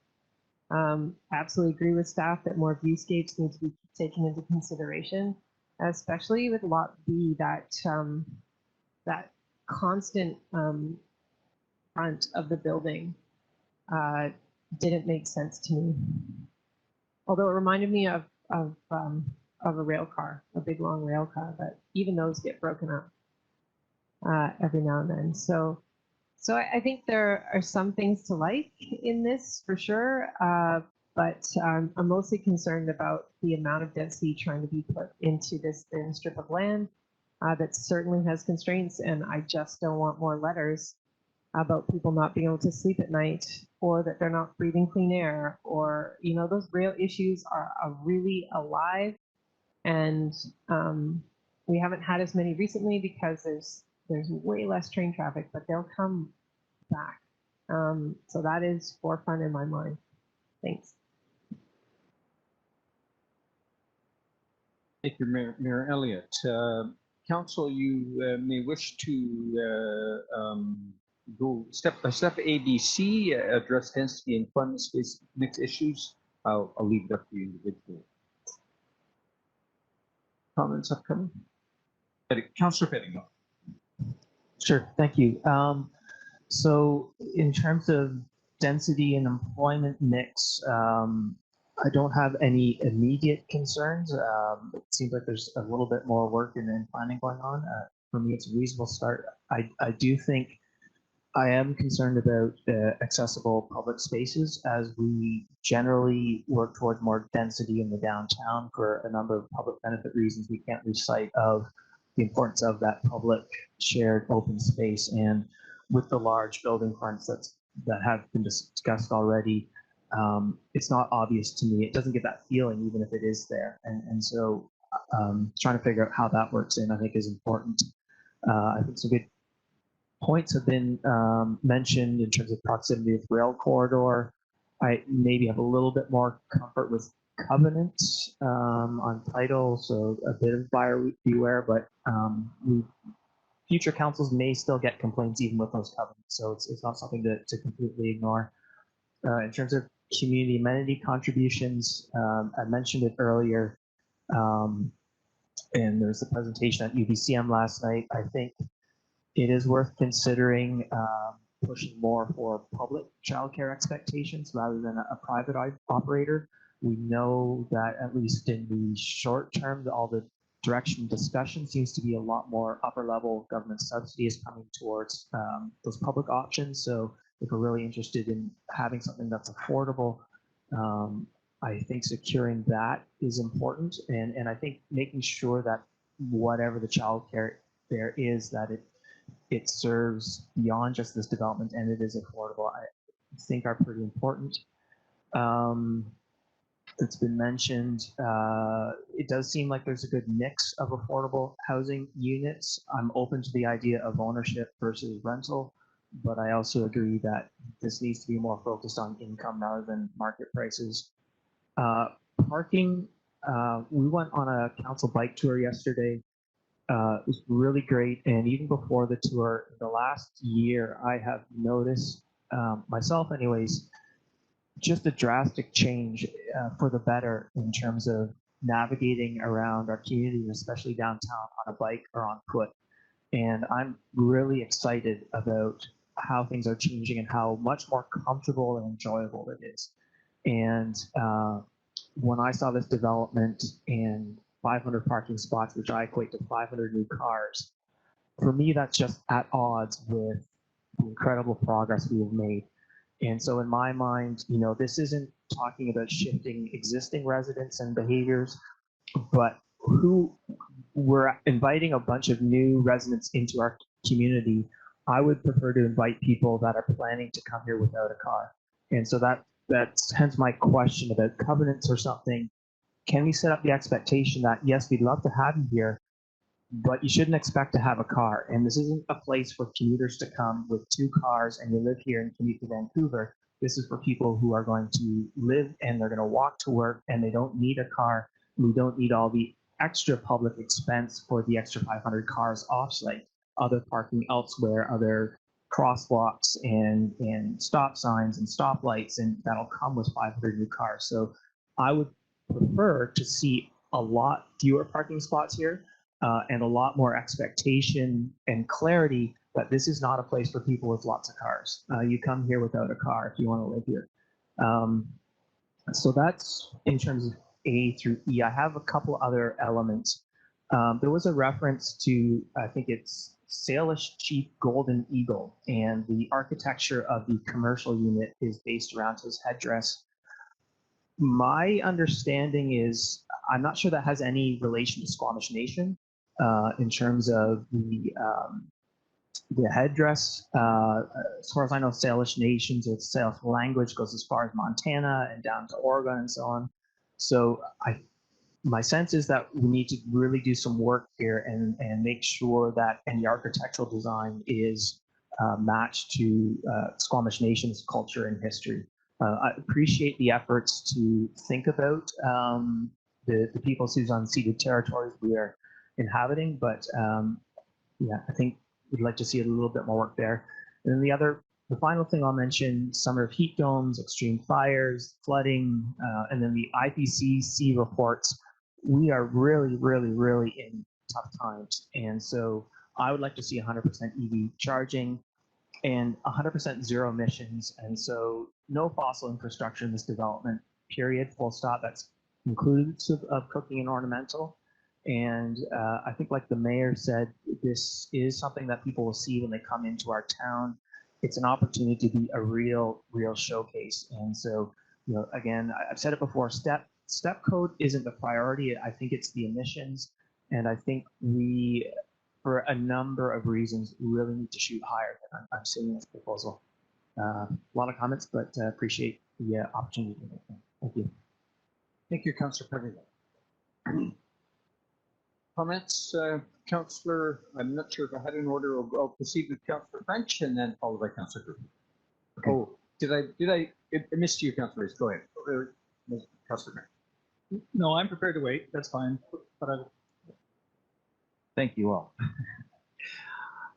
I think I'll start with a thought about the proactive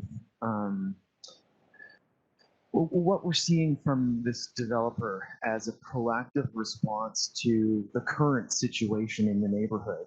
I'm seeing a thoughtful proposal that takes into account the parking challenges that we're seeing at Eaglelands.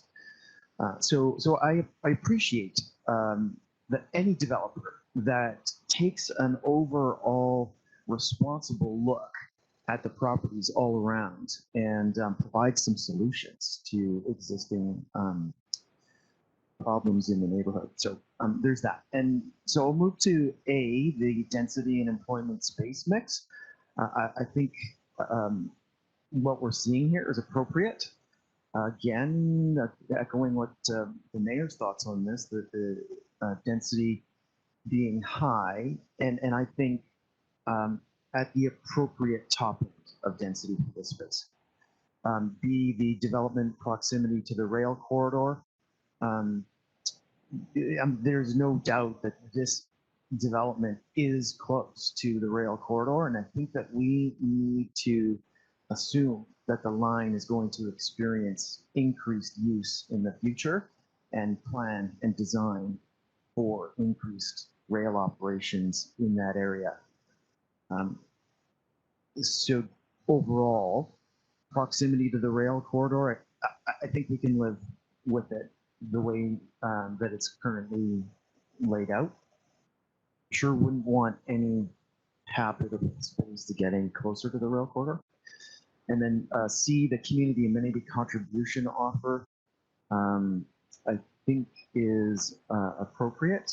And the D, residential tenure options, I prefer option B.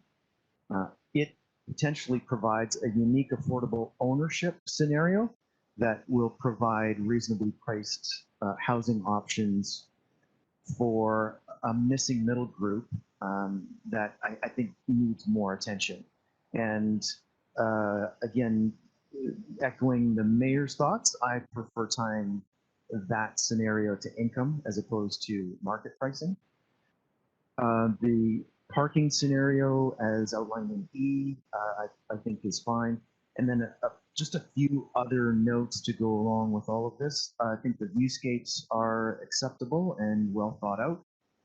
And a public information meeting, I would like to see such a meeting sooner than later. And I don't want to wait for any kind of downtown entrance study. I acknowledge that that's important, and it's an important tie between this development and that study. And having said that, I think we need to provide the community with information, keeping in mind that this downtown entrance study is coming and is going to be a key component linked to this project. And I support Councillor Pettingill's thoughts about overall downtown messaging that emphasizes our downtown as a place where active transportation reigns supreme over vehicles. Right now, there are a lot of vehicles downtown, as we see by the 120 vehicles that park regularly along Bailey Street. I completely agree that we need to be strong with our messaging that the downtown is a place for pedestrians, cyclists, skateboarders, those on scooters, active transportation, including transit. Thanks, Chair. Thank you. Councillor Herford. Thank you. Sorry, just figure out a starting point here. I'll try to go through the list here. I'll probably get off track on this and other things. So the density and employment space mix. So item A on our request for feedback. I like the employment space. I would like to see, I do think the density is a bit high. So whether we have a bit more of a mix along the rest of the development would be my, or a lower density of the housing. And I think that could will be achieved. Maybe that'll be one of the outcomes of this, the CN sort of driven redesign of one of the one or the entire parcel. I also like the idea of having a better, more defined transition space into the estuary, and I would think that would be more open space for the residents.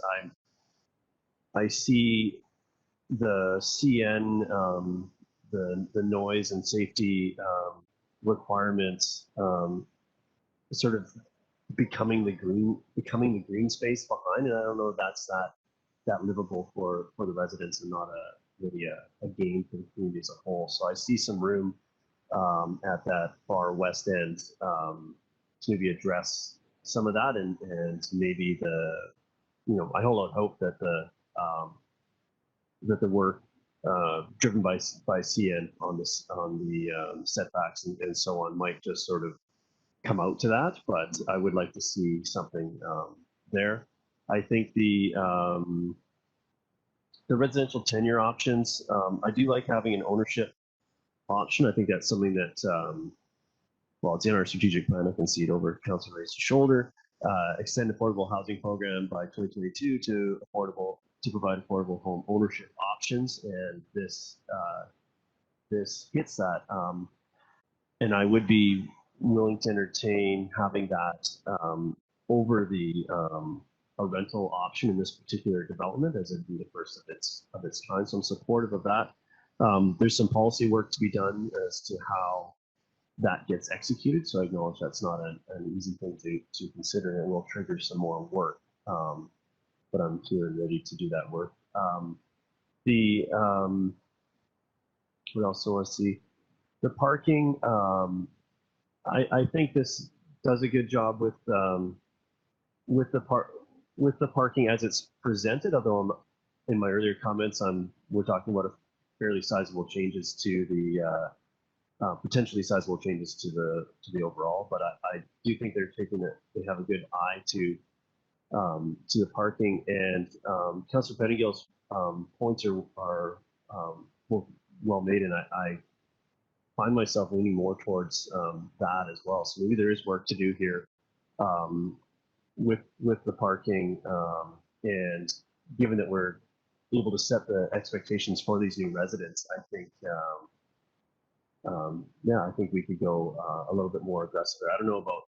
I think going zero is too far. I think they've inside our existing regulations. I think they've done a great job of doing that. But I'm curious to see what the redesign pieces are gonna bring. I do think we have more work to do on viewscapes. I think the views just in general in Squamish are one of the things that I enjoy in my day when I don't have time. I haven't figured out how to schedule myself to go out into nature and experience it, but I can, on my way to, I don't know, District Hall, I can still take in a beautiful view of the of Garibaldi down one of the nice food corridors, and the sun hitting the cheek on is an exceptional thing to see. So I think it's very important that we preserve those. I do think that there's some work to be done there. I don't know if that can be done with masking the building or what criteria we need to add to any viewscape, but I do think it's very important, and I don't see particular attention paid. I didn't feel enough attention was paid to that so far. I think I'm going to leave it. I'll leave it there, and if I remember something, I'll turn back. Thank you. Thank you, Councillor Herford. Councillor Race. Thank you. So going down the list, density and employment space mix, I guess my response to that is not bad. I appreciate the number of jobs that may show up in this site and the fact that it equates more or less to the number of units. That's helpful, although we obviously don't expect everybody to be working on site, but it is a significant contribution to the employment pool. And density, if I read the report correctly, what is proposed in terms of FAR for those sites is actually below what might be there or might be considered through the OCP. So I think density is actually probably going to take care of itself in the sense that they may have to redesign and reduce some of the massing because of the rail corridor issue. So I'm generally not too bad on that one. But as far as the massing goes, I agree with the mayor, and I agree with other councillors' comments regarding viewscapes. And I prefer the design proposed for Lot C, where you have, I think it's 4 separate, I'll call them complexes of suites, and you have space in between them. So you get a sense of what's on the other side, and that was similar to the approach that we took to some of the development on the Blind Channel a few years ago. We didn't want a wall that stretched from one road to another, and in effect a block long. We wanted breaks, and so if you look at Scirocco, for example, there are deliberately spaces, significant spaces between the buildings to allow people who are on the downtown side to get a sense of what's on the other side of the development. So I preferred that over sort of a mono shaped hull or shaped building where you have the constant roof line and more or less a big square box. So I would look for some kind of design variation or massing variation in building or in lot B. Proximity to the rail corridor certainly will be a challenge for this development, and obviously people coming in there to purchase will have notice of it because this is not something that's not visible. It's quite apparent to that. But I think the mayor is correct. We cannot assume that the rail traffic at present is going to set the standard for the future with the increasing populations in the interior and so forth. This is one of the main rail lines into the interior. It may be significantly a design feature. The mayor's right. It's not just the whistle. It is also the fumes of these engines idling there, waiting for something that is totally out of our control. The main line to clear south of us or whatever. And you get these 4,400 horsepower engines and there's 3 or 4 of them in a consist. That can create a lot. But I think of, for example, in Victoria Harbour, where they had the seaplanes and the noise from those, it has dictated building standards on the buildings that are built up around it, involving closed windows and air conditioning so people don't have to open the windows because of that noise. I also think of, I had a friend from years ago who's passed on now, but was one of the key engineers in the Canada Place development areas, which is built significantly over the rail tracks.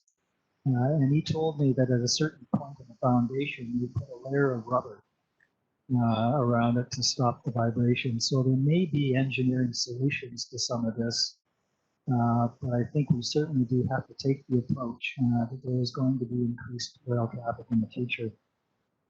The CAC offer, so looking at the next two more or less together, I would prefer more public realm based on comments I made earlier this morning, if that can be worked into the development.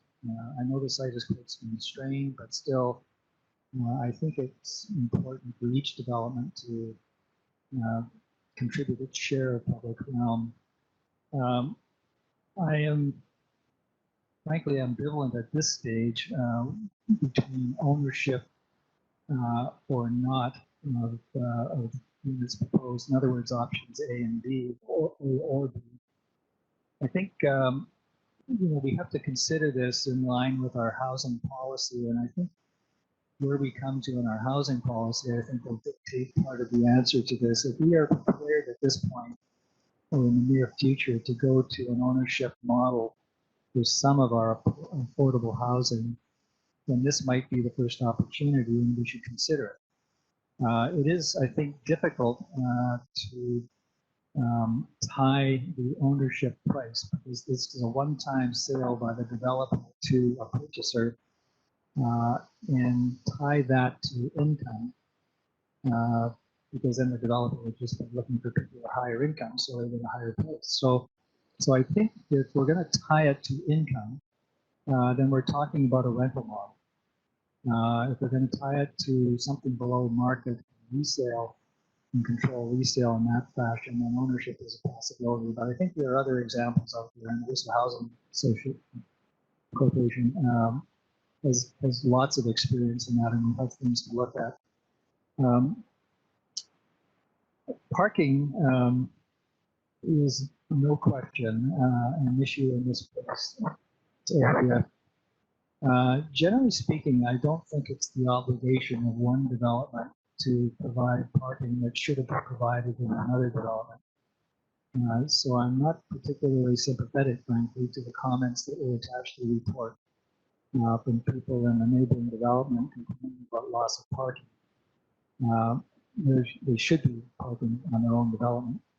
And if they're using your garages for something else, then I think they just have to take the consequences of that. So I think parking will be important. And I would like to see all the parking on site, and I would like to see the visitor parking for, I think it's building B or lot B, also need on site, some part of the site. But I don't think there should be any variances for parking.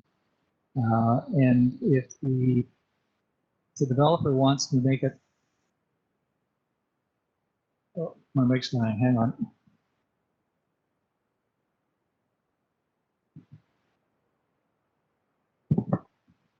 Thank you. So if the mic's dying, I'm not sure that means I'm talking too much or what it is, but in any event, I think that it is important to provide all the parking on site, including visitor parking. I would not want to see a variance there. And I appreciate, and another council noted, that the approach the developer has taken to helping to resolve what I guess is a neighborhood issue with the parking on the street and provide, it's a business opportunity, so be it, the possibility of paid overnight parking. But I think we will have to watch that. Something like that might be a nice solution. So I think, let me just go ahead.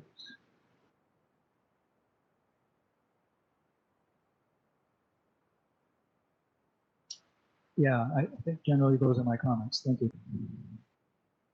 Thank you, Councillor Race. Now, I did see a couple more hands wanting to come back. First, Councillor Rupert, followed by Councillor French. Please. Thank you.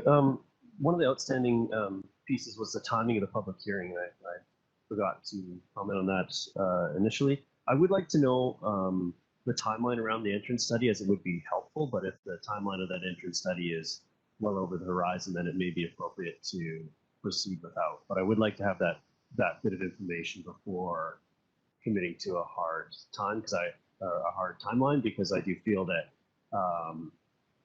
appropriately at the public hearing, the public will have questions around the traffic flow, and perhaps those are things that will be addressed.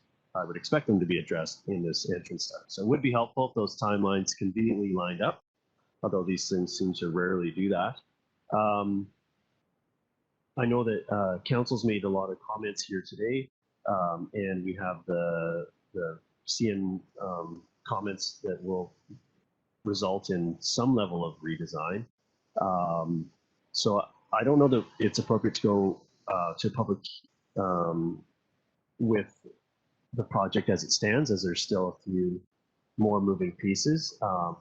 Although I'd like to make sure that we do leave room to accommodate the public comments. So I think there's more work to do before we go to the public, but I don't want to push this project too far before we get there. So I'd like to understand the timeline. Well, the story, I would like to understand the timeline around the entrance study, see if it's appropriate to tie these together. And I acknowledge that we do not want to necessarily hold a developer up with a timeline of our study if that is too far out of alignment. But I would like to understand that.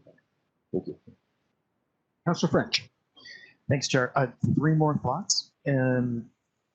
I forgot in my earlier comments that I wanted to acknowledge staff, the developer, whoever, everyone, the thoughtfulness of the alignment of the development vehicle entrances.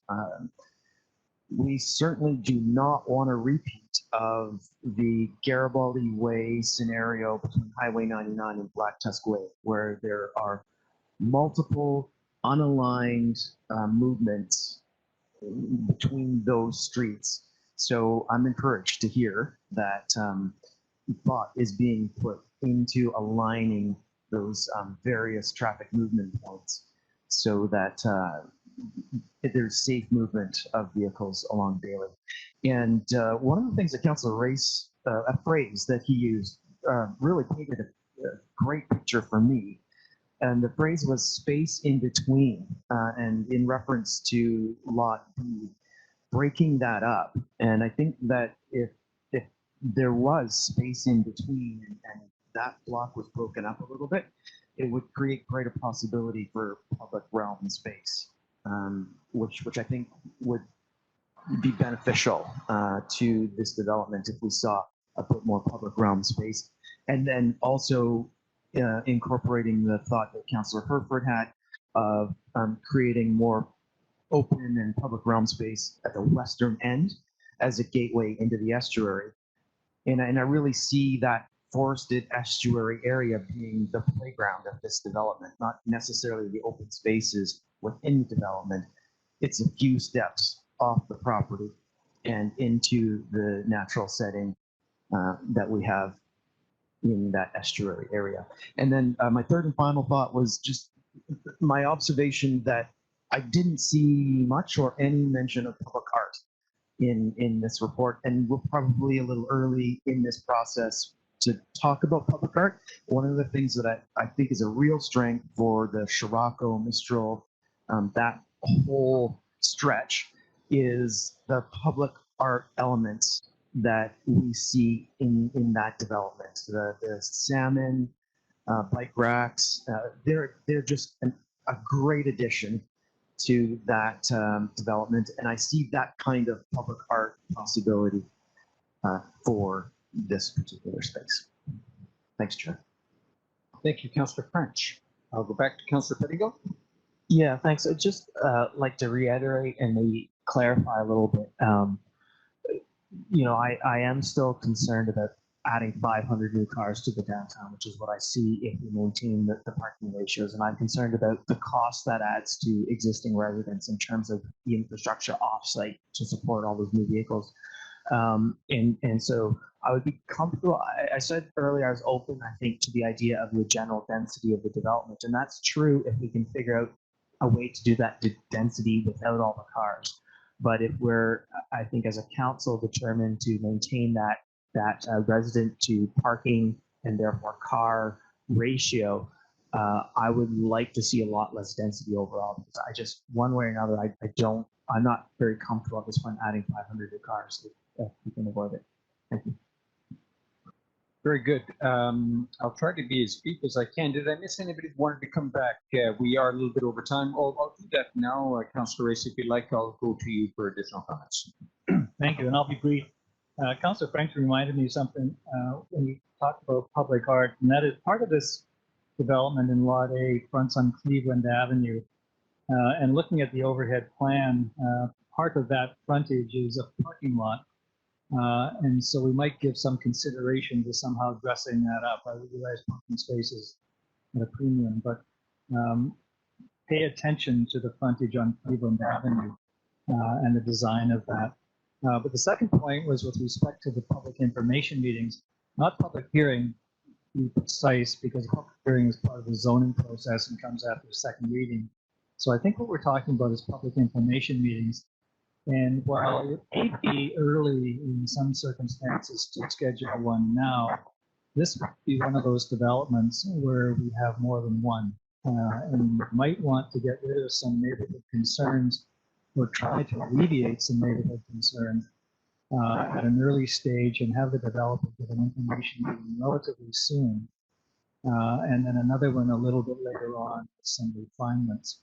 But I think it would be helpful, for me at least, to get public comment at a relatively early stage in this development and see where we're going with it. So it may be one of these ones where we have one soon and then have another one later. Thank you. Very good. I'll start with the density and employment space, which is referred to my list here. Topic. Now, more generally, and reading through the, of course, there's all kinds of social media and public discussion of this project. I regret, and I go back on this topic to 2005, that we did not complete a proper downtown neighborhood plan here in downtown Squamish.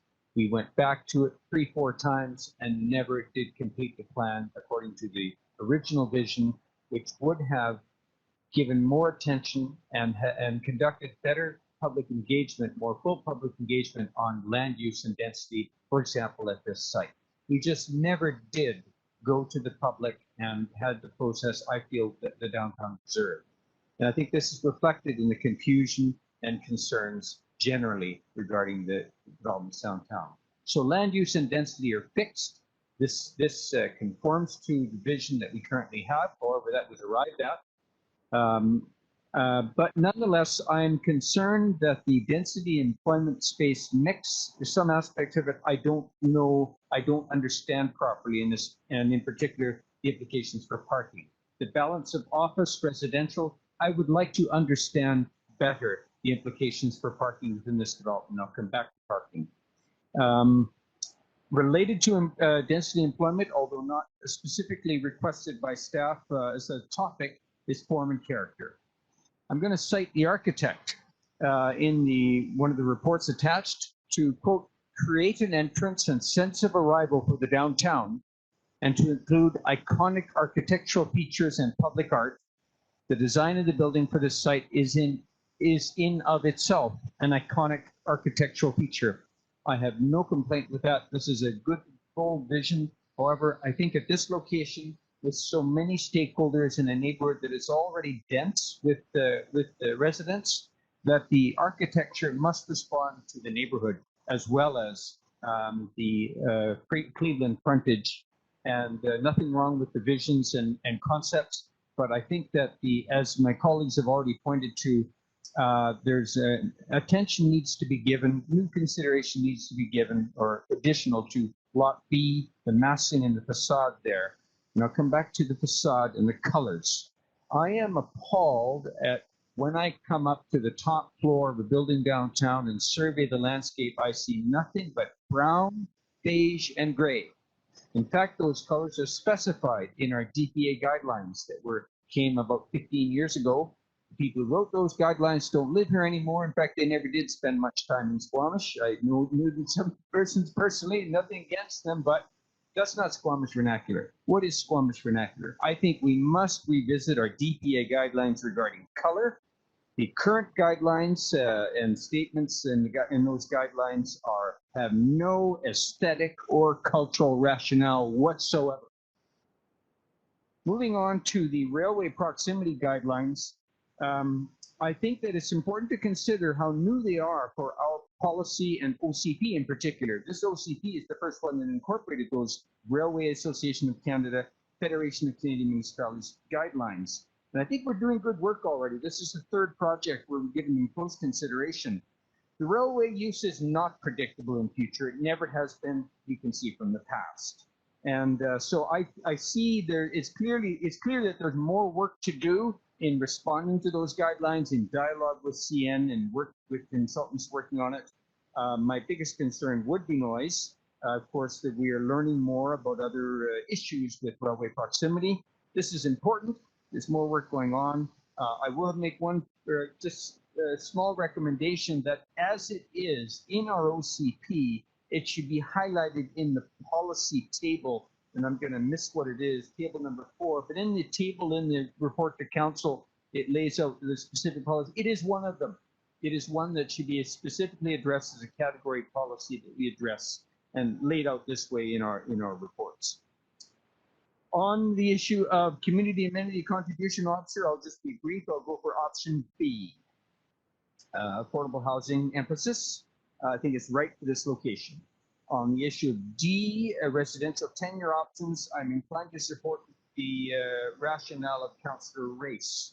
Yes, this is an excellent location for more affordable housing, but I think that the model we're looking at, we need to be careful about. I'm not convinced of the income model relative to the pricing model. E, the issue of parking. So the Eaglewind parking problem is our problem, and it can't be ignored. I appreciate the proposal of the village proponent, the village project proponent, in what they're trying to do. I don't know that we can expect more, but we don't want to create new problems. And I think that I'll just speak generally here. I don't think we can entirely blame residents of a development or new residents, because not all of those people living in Eagle Wind are new residents, have been around a while, for our general jobs to housing ratio imbalance in this community. That's a collective thing that we must deal with. It's not an individual or an individual family issue to respond to. It's our responsibility as a community to manage as best we can the jobs to housing ratio balance, and that affects commuting. It affects what you need to do with your driveways and parking spaces. So I do think that we must, alongside working this on this development and its proposals, which I support as much as I understand them, I think we have to understand and do and address not only next time, but now we've got a problem here. What do we want? Storage units, more storage units in the business park? What's the solution? I don't know, but I think it's a problem to be addressed alongside. Finally, the public information meeting, I'm going to support Councillor Race on the suggestion of 2. I would have thought it might be a little bit premature, and I'm especially concerned that we have an opportunity for in-person public attendance. And I'll refer to my experience with the GMAR development. When that meeting, the public information meeting, was double booked with another district meeting on a bylaw policy, trees and soils. And I very much regret that. I remember it vividly how disappointed I was that we didn't get a better interaction there, and that for other reasons that could have been. Anyway, I think that the conditions for public attendance are very important for these public information meetings. And yes, we can proceed with one and test the atmosphere, but I think we need to do a robust public information engagement opportunities with this project. I think I'll leave it with at that. I think that relative to the public information meeting, more work, I think I hear it from several of my colleagues, needs to be worked on that Lot B building massing facade, and maybe they're ready to go to the public with what they have at this time. But I think that there are some key issues, and that's one of them that would need to be addressed. I'll leave it at that, and we are 20 minutes over time. Councillor Herford, if you can be brief. Thank you. The road dedication that's going to be used for used for active transportation. I think I'd like to see it fleshed out a bit more in this development proposal, as far as it shouldn't. I think we have an opportunity here to not run the active transportation down what could feel like a back alley. This is going to be a busy corridor for active transportation, and I think there's an opportunity here to have storefronts, be they cafes or retail, whatever they are, potentially both sides, and create a really vibrant block that is designed around active transportation. There's a public realm aspect to this as well, where we're going to have a dedicated roadway that will be quite wide, where we run a fairly small active transportation, relatively small active transportation area down the middle of it. I think we've got a lot of opportunity here to create something really special in that, albeit skinny block. But I don't want this to be a back alley that you slide into downtown through. This is also an entrance into downtown that you will use as active transportation. We're trying to encourage active transportation, and we saw yesterday on our bike tour, I think that's going quite well. This piece is going to be a big piece of it. And as the development sits right now, from what I can see, and I've been wrong many times, but from what I can see, I don't see attention being paid to the folks that are going to be using this active transportation corridor. And there are a huge amount of traffic that could be potential customers, and they're far, and from a retailer standpoint, they're far easier to get someone to stop their bike or to walk into your shop than it is to pull over, find a parking spot, walk the distance to the store. So I think there's an opportunity here that I don't think is being capitalized on, and I'd leave it to staff and the developer to see if there's something that we can do there to capitalize on what I feel is a big opportunity. Thank you for the opportunity to make comments. Was that short? Thank you, Councillor Herford. I'll just go to Ms. Hamilton. We've been a bit scattered here, but we haven't done too badly, and you've given us a coherent list to work with. Are you comfortable with your feedback you've received? Do you have any specific things you want to come back to us about at this time? We've given you a coherent picture of not necessarily a consensus, but key points. Yes, I believe I have a lot to work with, and maybe I'll just clarify, this is the thought process that I'm at right now with the public information meeting, is that what we'll ensure is that we get some updates from the CN. We have those updates incorporated into the design, and then we bring it out to the public prior to coming to any first reading, so that you do have more information from the public, but that we do also address, I believe Councillor Herford brought this up, of just making sure that some of these unknowns and the questions are addressed prior to going out to the public. Thank you. Then I suggest at this time that we don't have a specific staff recommendation, but I think we're wrapped up with this topic. Thank you very much, Ms. Hamilton. And Council, I wonder whether you'd like to, Councillor Race. Well, actually, there was a staff recommendation, and I'm happy to move it. Excuse me. I'm bleary-eyed.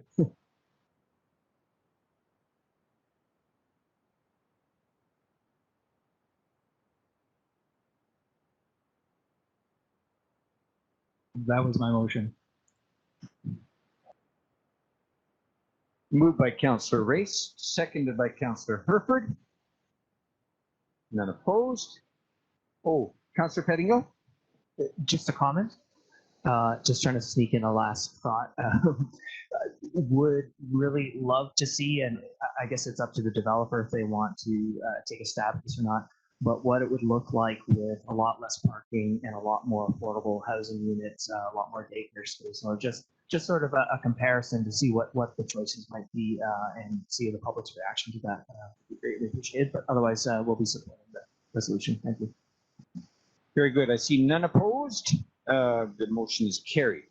Thank you, Ms. Hamilton. Yeah. Council, we are over time, 25 minutes. The next item may not be as short as what I hear. 20 minutes is allocated to the regional context statement update. Mr. Gunn is ready for us now. Shall we fly at it? Let's do it then. Mr. Gunn. Hello. Please proceed. Yeah. You have a slide presentation for us, or?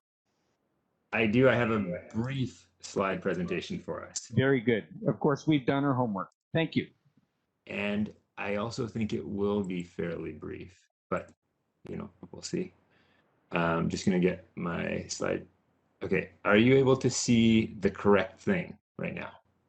Not yet. Okay. Just a second. Screen.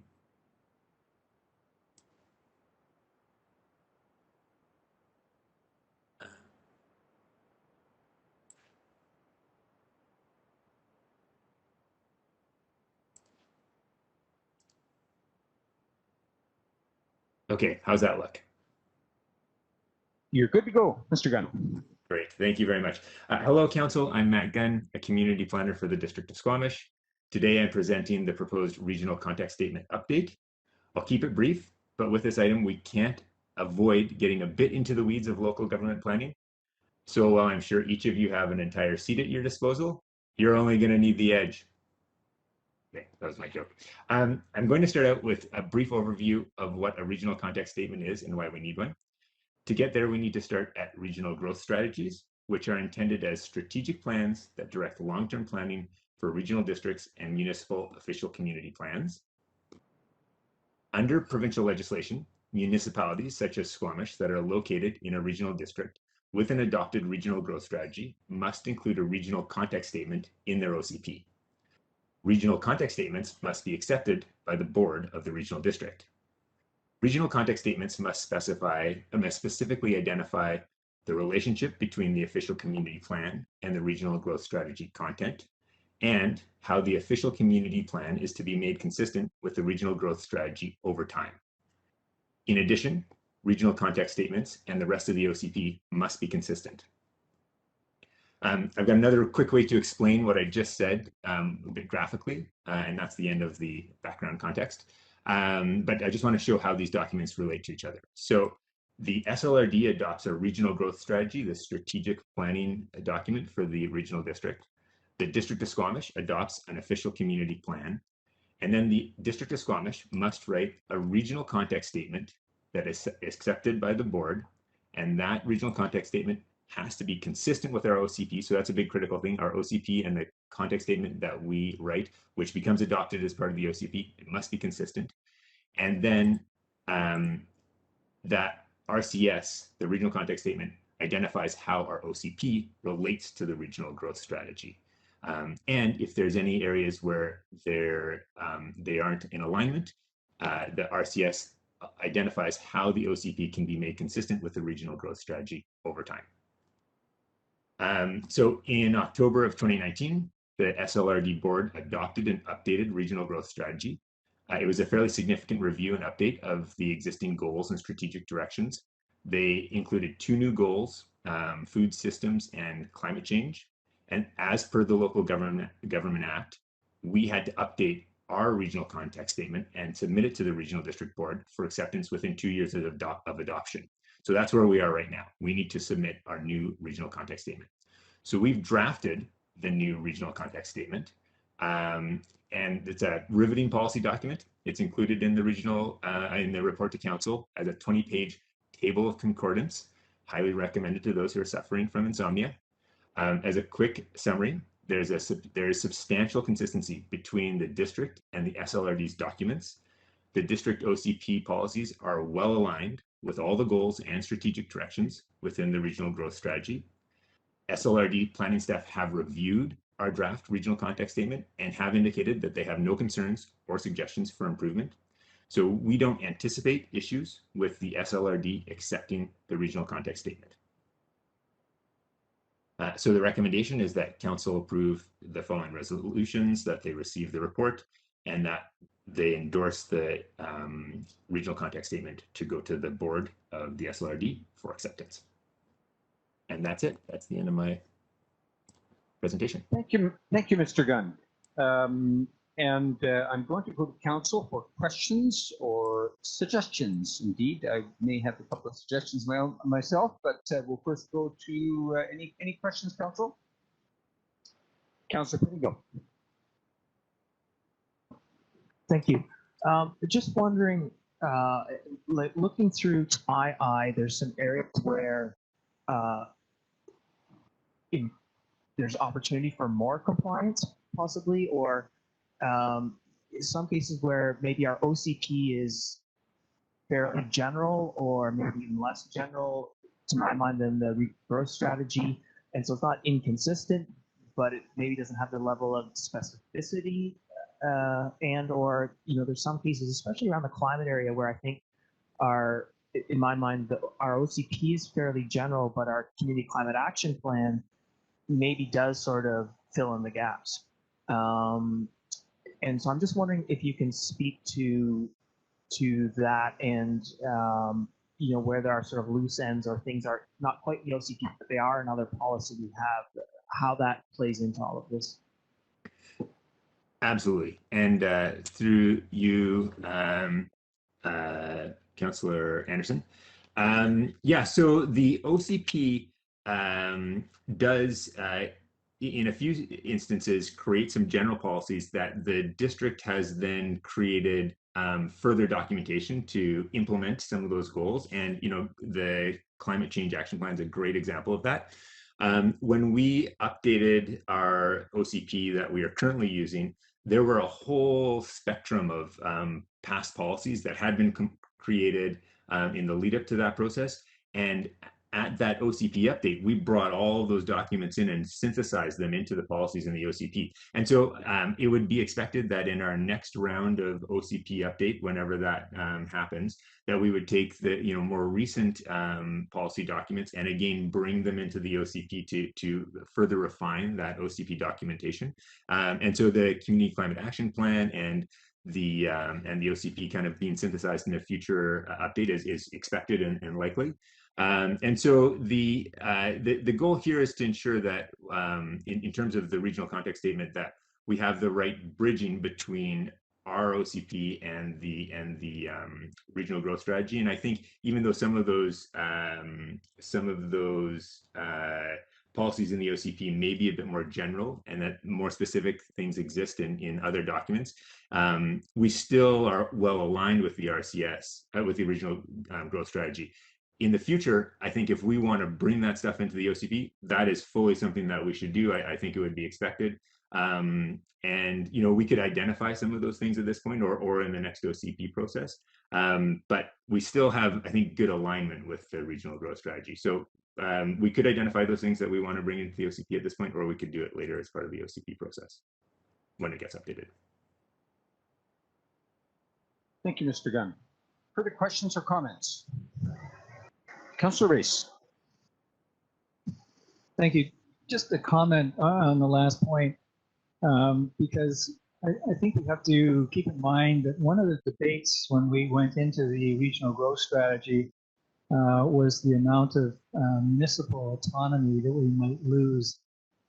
So it's important to me to keep the context statement tied to the OCP, which is a high-level document, because that context statement has to be accepted by the regional district board. And so the question at the time the RGS was entered into was how much determination should the regional district board have on policies within individual municipalities. And so when you talk about things like zoning or climate action policies, such as we have, that's a more of a detailed level of our municipal governance. And the question is whether the regional district board should be taking part in that at all. And so I don't think we have to create, we have our policies and we live by our policies. We don't have to have them adjudicated on by another body. The determination is really at a high level, that it's at a high level, it's consistent with the RGS. And that's the extent that I think, for me personally, that's the extent of the jurisdiction of the regional district board in this matter. Thank you, Councillor Race. Mr. Gunn, I'm going to try to briefly outline some comments for your consideration. When I say that, I'm not sure you may be able to offer a suggestion as to what to do about the contributions I'm going to make, and that is some additions. I'm going to start with goal 3 of the regional growth strategy, affordable housing. It strikes me that the establishment of a Squamish housing organization should be mentioned. And we see reference to the Whistler Housing Association under 3E, sharing of best practices. It just struck me that that is an initiative, although it's not in our OCP, it is very much an initiative that we are well down the road in committed to. So that's just for your consideration, mentioning that initiative of the District of Squamish to establish a housing organization. I'll move on to goal number 4, sustainable economy. There is reference to the regional growth strategy policy recommendation on waterfront facilities and portlands here at Squamish being strategic land resources for port functions and for the region. That is a new element in the regional growth strategy, and I know that both of us were involved in realizing that, and it was one that local industry, the regional industry, and the ports industry and Squamish terminals were very interested in. And the policies that you cite on the right-hand side of the page there come from section 14 of the OCP, industrial land uses. These are marine-oriented policies here at Squamish that we have in our OCP. However, there are also relevant policies and discussion under section 20 of our OCP, which is transportation. And specifically, a policy we have in our OCP that is in the regional growth strategy is upgrade the Site B access to Highway 99. That's in the regional growth strategy. And I suggest that we might offer that that's in our OCP too. It's number 2024A. We have that same policy. May as well advertise it and help to give everybody confidence that, and awareness that what we're about here in recognizing that regional interest. And I reflect on our recent experience of needing to address regional First Nations interests in our waterfront. And I'll come back to that. So it's something I think that's topical for us to recognize this. Goal number 5, natural ecosystem functions. I note that there is not a reference to our trees, soils, and invasive species management section of our OCP. We are only referring to controlling pesticide use. Now, this is just for your consideration, Mr. Gunn, for staff's consideration, but it seems to me you've got an empty part of that compartment in the table that could be, where this could be inserted. The regional growth strategy goes on at length about invasive species and about movement of soil and fill and that sort of thing. And so do we in our OCP as well. So we might just add that bit. I did have a question, that is, there's reference to under I, in that goal 5, establish an aquifer protection development permit area. That's what the District of Squamish is offering. I wasn't aware that was something that we have coming, but I don't need to address that now, Mr. Gunn.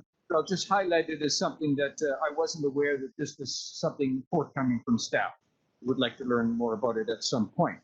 Moving on to goal number 8, enhancing relations with Indigenous communities. And here I think is the most important point I'd like to offer, and that is that we cannot limit ourselves in referring solely to the Squamish Nation or the Squamish Nation's traditional territory, and particularly in a regional growth strategy context statement.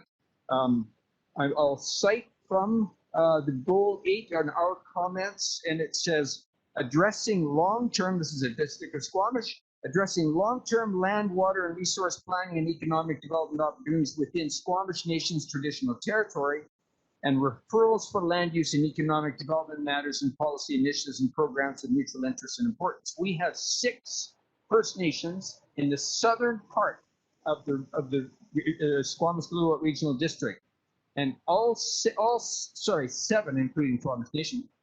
All 7 of them are using Squamish waterfront. From the head of Harrison Lake to the head of Indian Arm, they all drive logging trucks to Squamish waterfront and are heavily reliant on our facilities and dependent on our policies and zoning for those facilities. So again, given the recent experience we have had with needing to address regional First Nations interests and concerns, I suggest that that section in our description of our intent should give mention to the other First Nations in our region, and in particular those reliant on the Squamish waterfront for their economic development business arms. We do also bring timber from the Lillooet Tribal Council area down to Squamish as well. But my general point is that we cannot be solely concerned with the Squamish Nation and the Squamish Nation traditional territory. We must be regionally focused, in particular in this document. Mr. Gunn, that's all I had, and I've gone on too long here, and this is just for your consideration as to whether one or another of these points might merit consideration at this time for our document. Thank you.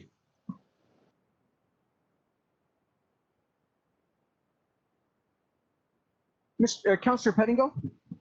Yeah, thanks. And this is maybe a parking lot issue or an issue for another discussion. But I want to pick up on one of Councillor Anderson's comments about our considerations of nations beyond Squamish Nation. And I guess my own understanding is that as these are Squamish's unceded territories, our conversations and so on should be with Squamish Nation, and then other nations outside of Squamish Nation's territories that have interests here would have their conversations with Squamish Nation.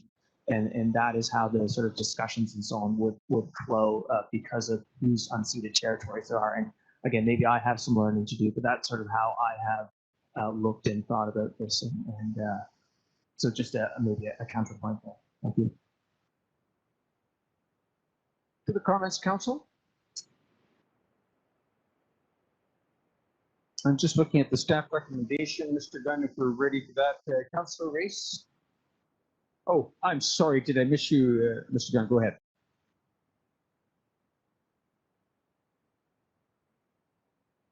You may be muted. Apologies. Yeah, in response to the questions about the First Nations and the Section 8, I'll go back into the OCP and look, and I certainly hear your point. However, the regional context statement is really specific to, the intent is to be specific to the OCP and how the OCP relates to the RGS, and much of the content in the OCP does relate to the Squamish Nation in specific. So I'll see, it may be that your comments are, something to work towards in terms of, as opposed to showing the current relationship between the OCP and the RGS. So something I can look at, and if there's direction from council to update that in the context statement, then that could be highlighted. Mr. Gunn, what is your timeline for completing the document for filing? If you can just remind us. The document does need to get to the SLRD in the very near term. All of the regional districts are, all the municipalities are now putting together the context statements to send to the SLRD, and I believe it's yeah, within weeks, I would say we want to get this document to them. Mr. Gunn, you've made the point when you started that our OCP is aligned with the regional growth strategy, and indeed it is. I'm being fussy about, well, let's be detailed about pulling all of our policies out. But I think that I hope you might take opportunity just to consider the item, particularly on the First Nations engagement, and just see if there's anything to be done if you have the opportunity to do that. Any further comments or questions before we go to the staff recommendation? Councillor Herford. Thank you. Yeah, I'm just thinking procedure-wise with the staff recommendation, given that we've got this piece of feedback that we may want staff to investigate. How do we, and it doesn't feel like we have time to get this back on the schedule to come back to us. How do we proceed at this point with that piece of sort of investigative work that it sounds like you're asking staff to do, Councillor Anderson? Yes, just to Councillor Herford, I'm not sure whether it's investigative, but I think we do need to do due diligence here. And again, reflecting on recent experience with our marine zoning bylaw, we heard quite a lot of input from interior First Nations to the north of us, Lillooet Valley. And that was on goal number 8 regarding engagement and whether we should be referring or limit ourselves to be addressing explicitly Squamish Nation traditional territory. Mr. Gunn, do you have any further thoughts on this? Mr. Buxton, I see your hand. Yes. Given the timelines that we're working with, this can't come back to council. There isn't enough time, and the agendas coming up are packed. So if council has some direction, we need that by resolution at this point.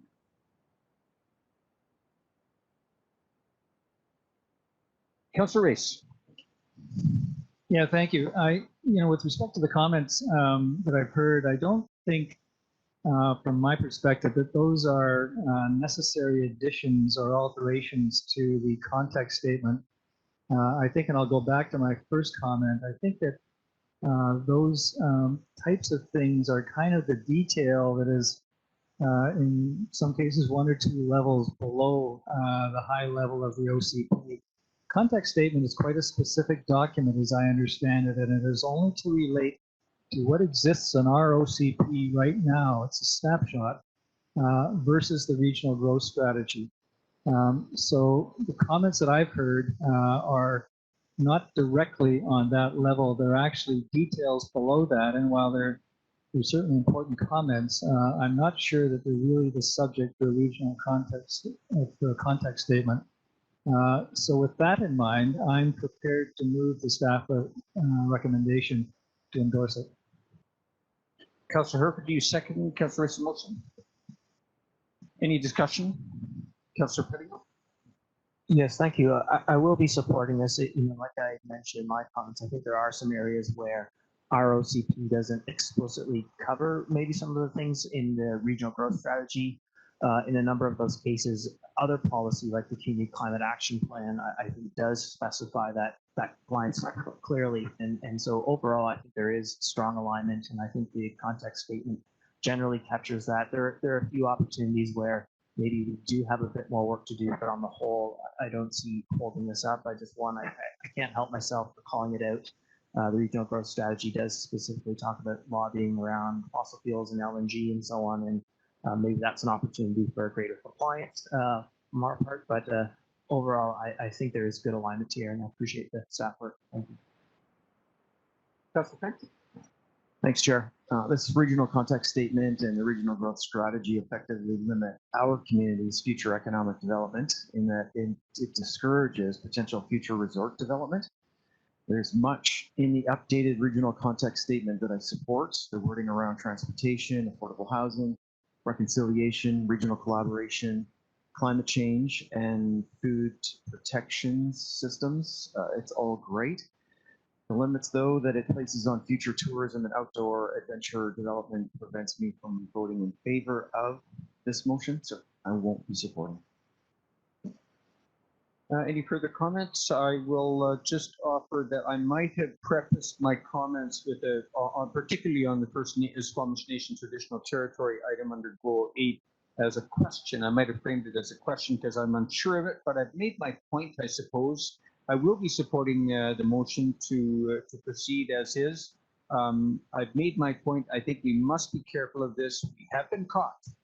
And our immediate next door neighbor of the Squamish Community Forest is not the Squamish Nation, it's Tsleil-Waututh First Nations business arm in the Mamquam, just a few miles from here. So there's a lot of overlap and a lot of shared interests among all of the First Nations of this region in the Squamish waterfront in particular, but even not very far from here up the valley.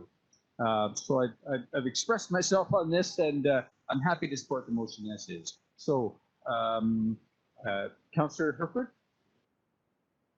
Thank you. I'll be supporting the motion. I hear Councillor French's reservations with this, and to me, this is a document that shows outlines our existing policy and its alignment with the regional policy, rather than agreeing or disagreeing with those existing policies. So to me, this is the intent of this is to show that alignment and to highlight any misalignments. And I believe that this does show that alignment, and thus the staff recommendation is supportable. So I'm supporting that. Thank you. I'll call the question. Any opposed? Councillor French is opposed. And in favor? Councillors Anderson, Pettinggill, Herford, and Race in favor of the motion. Motion carried. Thank you. We have a final item, which is a request from the Squamish Days Law Sports Association. The background to this is an application with the Liquor Control Board. And in past years, the Squamish Days Law Sports Association has generally come to council and with a proclamation, which would have served the purpose of what they need at this time, which is an indication from council that we deem this event to be of municipal significance, and that's the term used in the Liquor Control Board license. We had President Councillor Herford. Thank you. I'm just going to declare a conflict on this one. I act as the announcer for the event, and as much as it is a volunteer position, I think through the appearance of bias. So I'm going to excuse myself for this portion of me. Thank you, Councillor Herford, for alerting me. If you give me a quick second to, I'm just going to turn my camera off and I'll wait in the lobby. Is that appropriate, Ron? Or next one? Councillor Race. I'll wait until Councillor Herford leaves.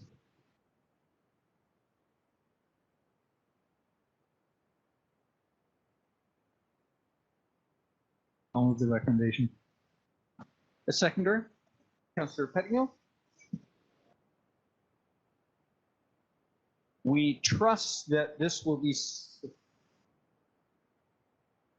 Your mic on? I do now. I'm a little bit clumsy with the switch here. I trust that we will be in time for the association and their application. Of course, we will not be able to formally ratify or endorse this until our next special business meeting. But we hope that this will be good enough for the Liquor Control Board. We won't be fussy about loggers' days. Well, that should do perfectly well. So I'm going to call the question. Any opposed? So the motion is carried. Thank you.